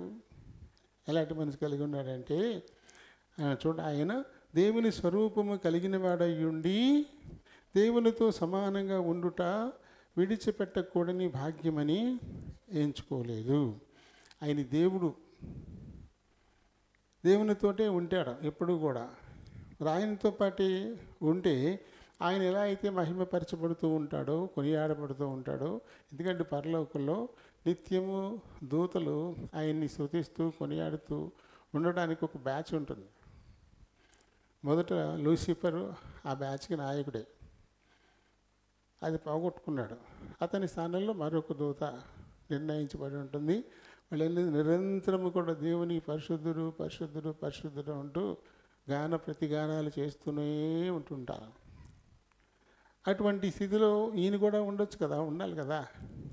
కానీ ఈయన అలా ఉండడం అది విడిచిపెట్టకూడని భాగ్యం అని ఎంచుకోలేదు. దేవుని తండ్రి అయినటువంటి దేవుని మాటకు విధేయత చూపించి తాత్కాలికంగా వాటన్నిటినీ విడిచిపెట్టుకోవడానికి ఇష్టపడి ఉన్నాడు. అలాగే మనము ఇష్టపడాల. పైన కొన్ని ఉన్నాయి కదా, కక్ష చేతనైనను. కక్షలు ఉంటాయి మనకి, అంటే అవతల వారు మనకి ఏదన్నా నష్టం కలిగిస్తే, లేకపోతే అవతల వారు మనల్ని ఎప్పుడైనా దూషిస్తే, అవమానిస్తే మనం మనసులో పెట్టుకుంటాం. దాన్ని కక్ష అంటాం. అప్పుడు నన్ను ఇలా అన్నాడు కదా, దొరక్కపోతాడా నాకు, ఇంతకు ఇన్ని రెట్లు నేను ఎక్కువ ఇస్తాను అని మనసు ఉంటుందే, దాన్ని ఏమంటారు? కక్ష అంటాం. అలాంటిది ఏమీ ఉంచుకోకూడదు. ఎందుకంటే క్రీస్తు మనసులో అలాంటివి ఏమీ లేవు. కాబట్టి కక్ష అనేది ఉండడానికి వీల్లేదు. అలాగే అతిశయం, వృధాతిశయం. నేను దేవుని కదా, దేవునితో పాటు ఉండడం అనేది చాలా గొప్ప భాగ్యం కదా, దాన్ని నేను ఎందుకు విడిచిపెట్టాలా? అలాంటి అతిశయం కూడా ఆయనకి లేదు, దాన్ని కూడా వదిలేసుకున్నాడు. కాబట్టి మనం వృధాగా అతిశయపడుతూ ఉంటాం. మనకున్నది కొంచెమే, అయితే మనకంటే తక్కువ కలిగిన వాళ్ళని చూసి మనం గొప్పగా ఫీల్ అయిపోతుంటాం. కానీ మనకంటే ఎక్కువ ఉన్న వాళ్ళని చూస్తే మనం ఎక్కడ కనపడతాం కదా. ఇప్పుడు తుత్తు మంత్రుల కింద ఇంటి ముందు 4 గొంతులేసి తాటాకులు వేసేసి ఇంట్లో పిల్లాడికి పెళ్లి చేసుకుంటారు. ఏముండదు, 10 మంది కూడా ఉంటారు, వాళ్ళకి ఏదో కథ భోజనం పెడతారు, అలా కూర్చోబెట్టి తాళి కట్టించేసి పెళ్లి చేసుకుంటారు. వాళ్ళని చూసి కొంచెం బాగా పెద్ద మంటపం కట్టి ఊరంతా మీదంతా పందిరి వేసి లైటింగ్లు పెట్టి చాలా ఘనంగా ఒక 100-1000 మందికి భోజనాలు పెట్టి పెళ్లి చేసినట్టు ఏమవుతాడు? ఆయన చూసి చాలా అతిశయిస్తాడు, చాలా గర్విస్తాడు కదా. ఆడ పెళ్ళి ఆయన చేసాడు, పెళ్ళి ఆడేం చేశాడు, చెప్పుకుంటే మాది చెప్పుకోవాలా అనేటువంటి ఒక అహంకారం ఉంటుంది. కానీ అతనికంటే బాగా చేసేవాళ్ళు పై వాళ్ళని గుర్తుపెట్టుకుంటే ఇతను ఎక్కడ ఉంటాడు కదా. మన ఈ మధ్యనే అనంత్ అంబానీ అంటే ముఖేష్ అంబానీ కొడుకు, తనకి పెళ్లి కుదిరింది. ప్రీ వెడ్డింగ్ కార్యక్రమం చేశారు, పెళ్లి కంటే ముందు చేసేటువంటి కార్యక్రమం చేశారు. ఏదో మనల్ని సంగీతం ఇలాంటివి అంటుంటారు కదా. ఆ కార్యక్రమానికి, ప్రీ వెడ్డింగ్ కార్యక్రమానికి 1000 కోట్లు ఖర్చు పెట్టాడు. ప్రీ వెడ్డింగ్ కార్యక్రమానికే 1000 కోట్లు ఖర్చు పెట్టాడంట. పెళ్లి కొడుకు చేతికి 52 కోట్ల వాచి పెట్టారంట. చేతి వాచి 52 కోట్లంట. నిజంగా చాలామందికి చాలా గొప్ప విందు, చాలామందికి పెట్టారంట భోజనాలు. అద్భుతం. చాలా ఉన్నాయి వెరైటీలు, వందల్లో ఉన్నాయి. తయారు చేయించిన వెరైటీలు వందల్లో ఉన్నాయి. 1000 కోట్లు ఖర్చు అయింది. మొత్తం భారతదేశంలో ప్రముఖులందరూ అక్కడే ఉన్నారు. మరి ఆ ప్రీ వెడ్డింగ్ దాంతో మనల్ని పోల్చుకుంటే మనం చేసేది ఎంత అసలు కనపడద్దా కదా? అప్పుడేమవుతుంది? వృధా అతిశయమే కదా. ఏం చేసాము, అది జరగాల్సింది, అది అలా చేసుకోవాలా, మా అందేముంది అనిపిస్తుంది కదా. ఎప్పుడు కూడా మనం అతిశయించకుండా ఉండాలంటే మనకంటే బాగా చేసిన వాళ్ళని చూసుకోవాలి, వారితో పోల్చుకోవాలి. అప్పుడు మనలో అతిశయం అనేది ఎప్పుడు రాదు. అంటే మనకంటే తక్కువ చేసిన వాళ్ళని చూసుకుంటే మనలో అతిశయం వస్తుంది. అతిశయం, ఒక గర్వం వస్తుంది, ఒక అహంకారం వస్తుంది. అవతల వాళ్ళని తక్కువ చేసి మాట్లాడతాం, చిన్న చూపు చూస్తాం. ఎవరికి కలిగిన స్థామతను బట్టి వాళ్ళు చేసుకుంటారు అంతే. అంతేగాని అతిశయించకూడదు. అదే ఇక్కడ వృధా అతిశయం ఏమి ఉండకూడదు అంటాడు. ఇంకేంటంటే వినయమైనటువంటి మనసు ఉండాలి. ఎంతున్నా సరే ఎప్పుడు వినయం ఎప్పుడు ఉండాలి. వినయం ఇది ఎప్పుడు తగ్గించుకోవడం కదా. తగ్గించుకోవడం అనేది ఎప్పుడు మంచిది. వినయం ఉంటేనే తగ్గింపు ఉంటుంది. వినయం లేకపోతే మనుషులు తాము ఎప్పటికీ తగ్గించుకోరు. ఇంత ఉంటే ఇంత చెప్పుకుంటారు, గొప్పగా చెప్పుకునేటువంటి పరిస్థితులు ఉంటాయి. దానివల్ల ఎప్పుడోకప్పుడు మనకి ఇబ్బంది కలుగుతుంది. ఉన్నదాన్ని తక్కువ చేసి చెప్పుకుంటే అవతల మనల్ని గనపరుస్తారు. అయ్యి బాబు ఏమీ లేదన్నట్టు అలా అంత సింపుల్గా ఉన్నాడే, ఇంత ఉన్నాయి కదా అని అవతల గొప్ప చెప్పుకుంటారు. మనం ఎక్కువ చెప్పేసుకున్నాం అనుకో, అంత అన్నాడు ఇంత అన్నాడు ఇంతేనా అని తక్కువ చేసి మాట్లాడతారు కదా. ఏది గొప్ప? మనం తగ్గించుకోవడం గొప్ప. అప్పుడు ఇతరులు మనల్ని హెచ్చిస్తారు. మనం హెచ్చించుకుంటే తగ్గించుకునే పరిస్థితి కదా. కవిగారు చెప్తారు కదా, కొండ అద్దమందు కొంచెమై ఉండదా, అది అనువుగా అని చోట అధికులమన రాదు, కొంచెం ఉండుటెల్ల కొదువ కాదు, కొండ అద్దమందు కొంచెమై ఉండదా అని ఎవరు చెప్పారు ఈ పద్యం? వేమన గారు చెప్పారు. విశ్వధాభిరామ వీనురవేమ అంటాడు. పెద్ద కొండ, దాని అద్దంలో చూస్తే అది పట్టేద్ది. ఇంత అద్దంలో చూసామనుకో అంతే ఉంటుంది, ఇంతే ఉంటుంది, అద్దంలో పట్టేస్తుంది. ఇంత అద్దమే పెట్టాం కదా అని కొండ ఇంత కనపడదు, మొత్తం కొండ అందులో కనపడుద్ది. అది ఇంత అయిపోయిందా? అది అంతే ఉంటుంది. అది ఎంత కనపడినా నీకు అంతే ఉంటుంది. అలాగే నిన్ను నువ్వు కొంచెంగా కనపరుచుకోవడం ద్వారా నీకున్నది ఎక్కడికి పోద్ది? నీకున్నది అలాగే ఉంటుంది ఎప్పుడు కూడా. నువ్వు తగ్గించుకోవడం వల్ల అదేమీ తగ్గిపోదు, తరిగిపోదు. అందుకని ఏం చేయాలంటే వినయ మనస్సు, తగ్గించుకునేటువంటి మనసు అది మనకి ఉండాలంటాడు. వినయ మనస్సు గలవారమై, అలాగే ఒకనికంటే మరొకడు యోగ్యుడు అని ఎంచుకోవాలంట. ఎప్పుడు కూడా నాకంటే అవతల వాళ్ళు యోగ్యులు, నాకంటే అవతల వాళ్ళు బాగా మంచోళ్ళు, నాకంటే అవతల వాళ్ళు బాగా పాడతారు, నాకంటే అవతల వాళ్ళు బాగా చేస్తారు. ఇలా మనం ఎంత బాగా చేసినా నాకంటే అవతల వాళ్ళు బాగా చేస్తారు అనేటువంటి మనసు, ఒకరికంటే ఒకడు యోగ్యుడని ఎంచుకోవాలంట. ఇవన్నీ యేసుక్రీస్తు కలిగినటువంటి మనసును కలిగి ఉంటే చాలు, ఇవన్నీ అందులో సంపూర్ణమైపోతాయి. అందుకే ఇవన్నీ చెప్పుకొచ్చి ఇదంతా ఎందుకు? యేసుక్రీస్తు కలిగిన ఈ మనసును మీరును కలిగి ఉండండి అని చెప్పాడు. కాబట్టి ఇప్పుడు ఆయన దేహంలోనూ ఆయన రక్తంలోనూ మనం పాలు పంపులు పొందాలంటే ఆయన ఎలాంటి మనసు కలిగి ఉన్నాడో అలాంటి మనసును మనమును కలిగి ఉండాలా. కక్ష ఉండకూడదు కదా, వృధా అతిశయం ఉండకూడదు. తర్వాత వినయము అనేది ఉండాలి. ఎవరిని తక్కువ చేయకూడదు. నాకంటే అవతల వారు యోగ్యులు అని మనం ఎంచుకోవాలి ఎప్పుడు కూడా. అలా ఎంచుకున్నప్పుడు చీత్కారాలు ఉండవు, తిరస్కారం ఉండదు, ఎవరిని తక్కువ చేసి మాట్లాడడం అనేది ఉండదు కదా. దాన్ని మనం ఒక అలవాటుగా, విశ్వాసి ఒక అలవాటుగా దీన్ని మార్చేసుకోవాలి. ఈ లక్షణాలు మనకు ఒక అలవాటు అయిపోవాలి అంతే. ఈ లక్షణాలు మనకు ఒక అలవాటుగా ఉండిపోవాలి అంతే. అలవాటు అయిపోతే మార్చలేం కదా. అలవాటు కానీ మర్చిపోతుంటాం, అప్పుడప్పుడు వదిలేస్తుంటాం. అలవాటు అయిపోయి ఎప్పటికీ మనతోటే ఉండిపోతాయి. కాబట్టి ఇలాంటి లక్షణాలు మనకు ఒక అలవాటుగా మనం చేసి వచ్చుకుంటే అప్పుడు ఆయన యొక్క దేహంలోనూ మన రక్తంలోనూ పాలు పంపులు పొంది మన అర్హత మనకు వస్తుంది. మరి ఎలా ఉన్నాం మనం? మనకు ఒక సవాలు, కక్షలు ఉన్నాయి అనేలో. ఒక కక్ష కనుక ఉంటే ఎవరి మీదైనా నీకు విరోధ భావం, ఎప్పటికైనా వారి మీద నేను పైచేయి సాధించాలి, ఖచ్చితంగా అవతల వారిని ఇరుకుని పెట్టాలి, అవకాశం వచ్చినప్పుడు దెబ్బతీయాలి, ఇలాంటి ఆలోచన ఒకవేళ ఉందేమో మనం చూసుకోవాలా.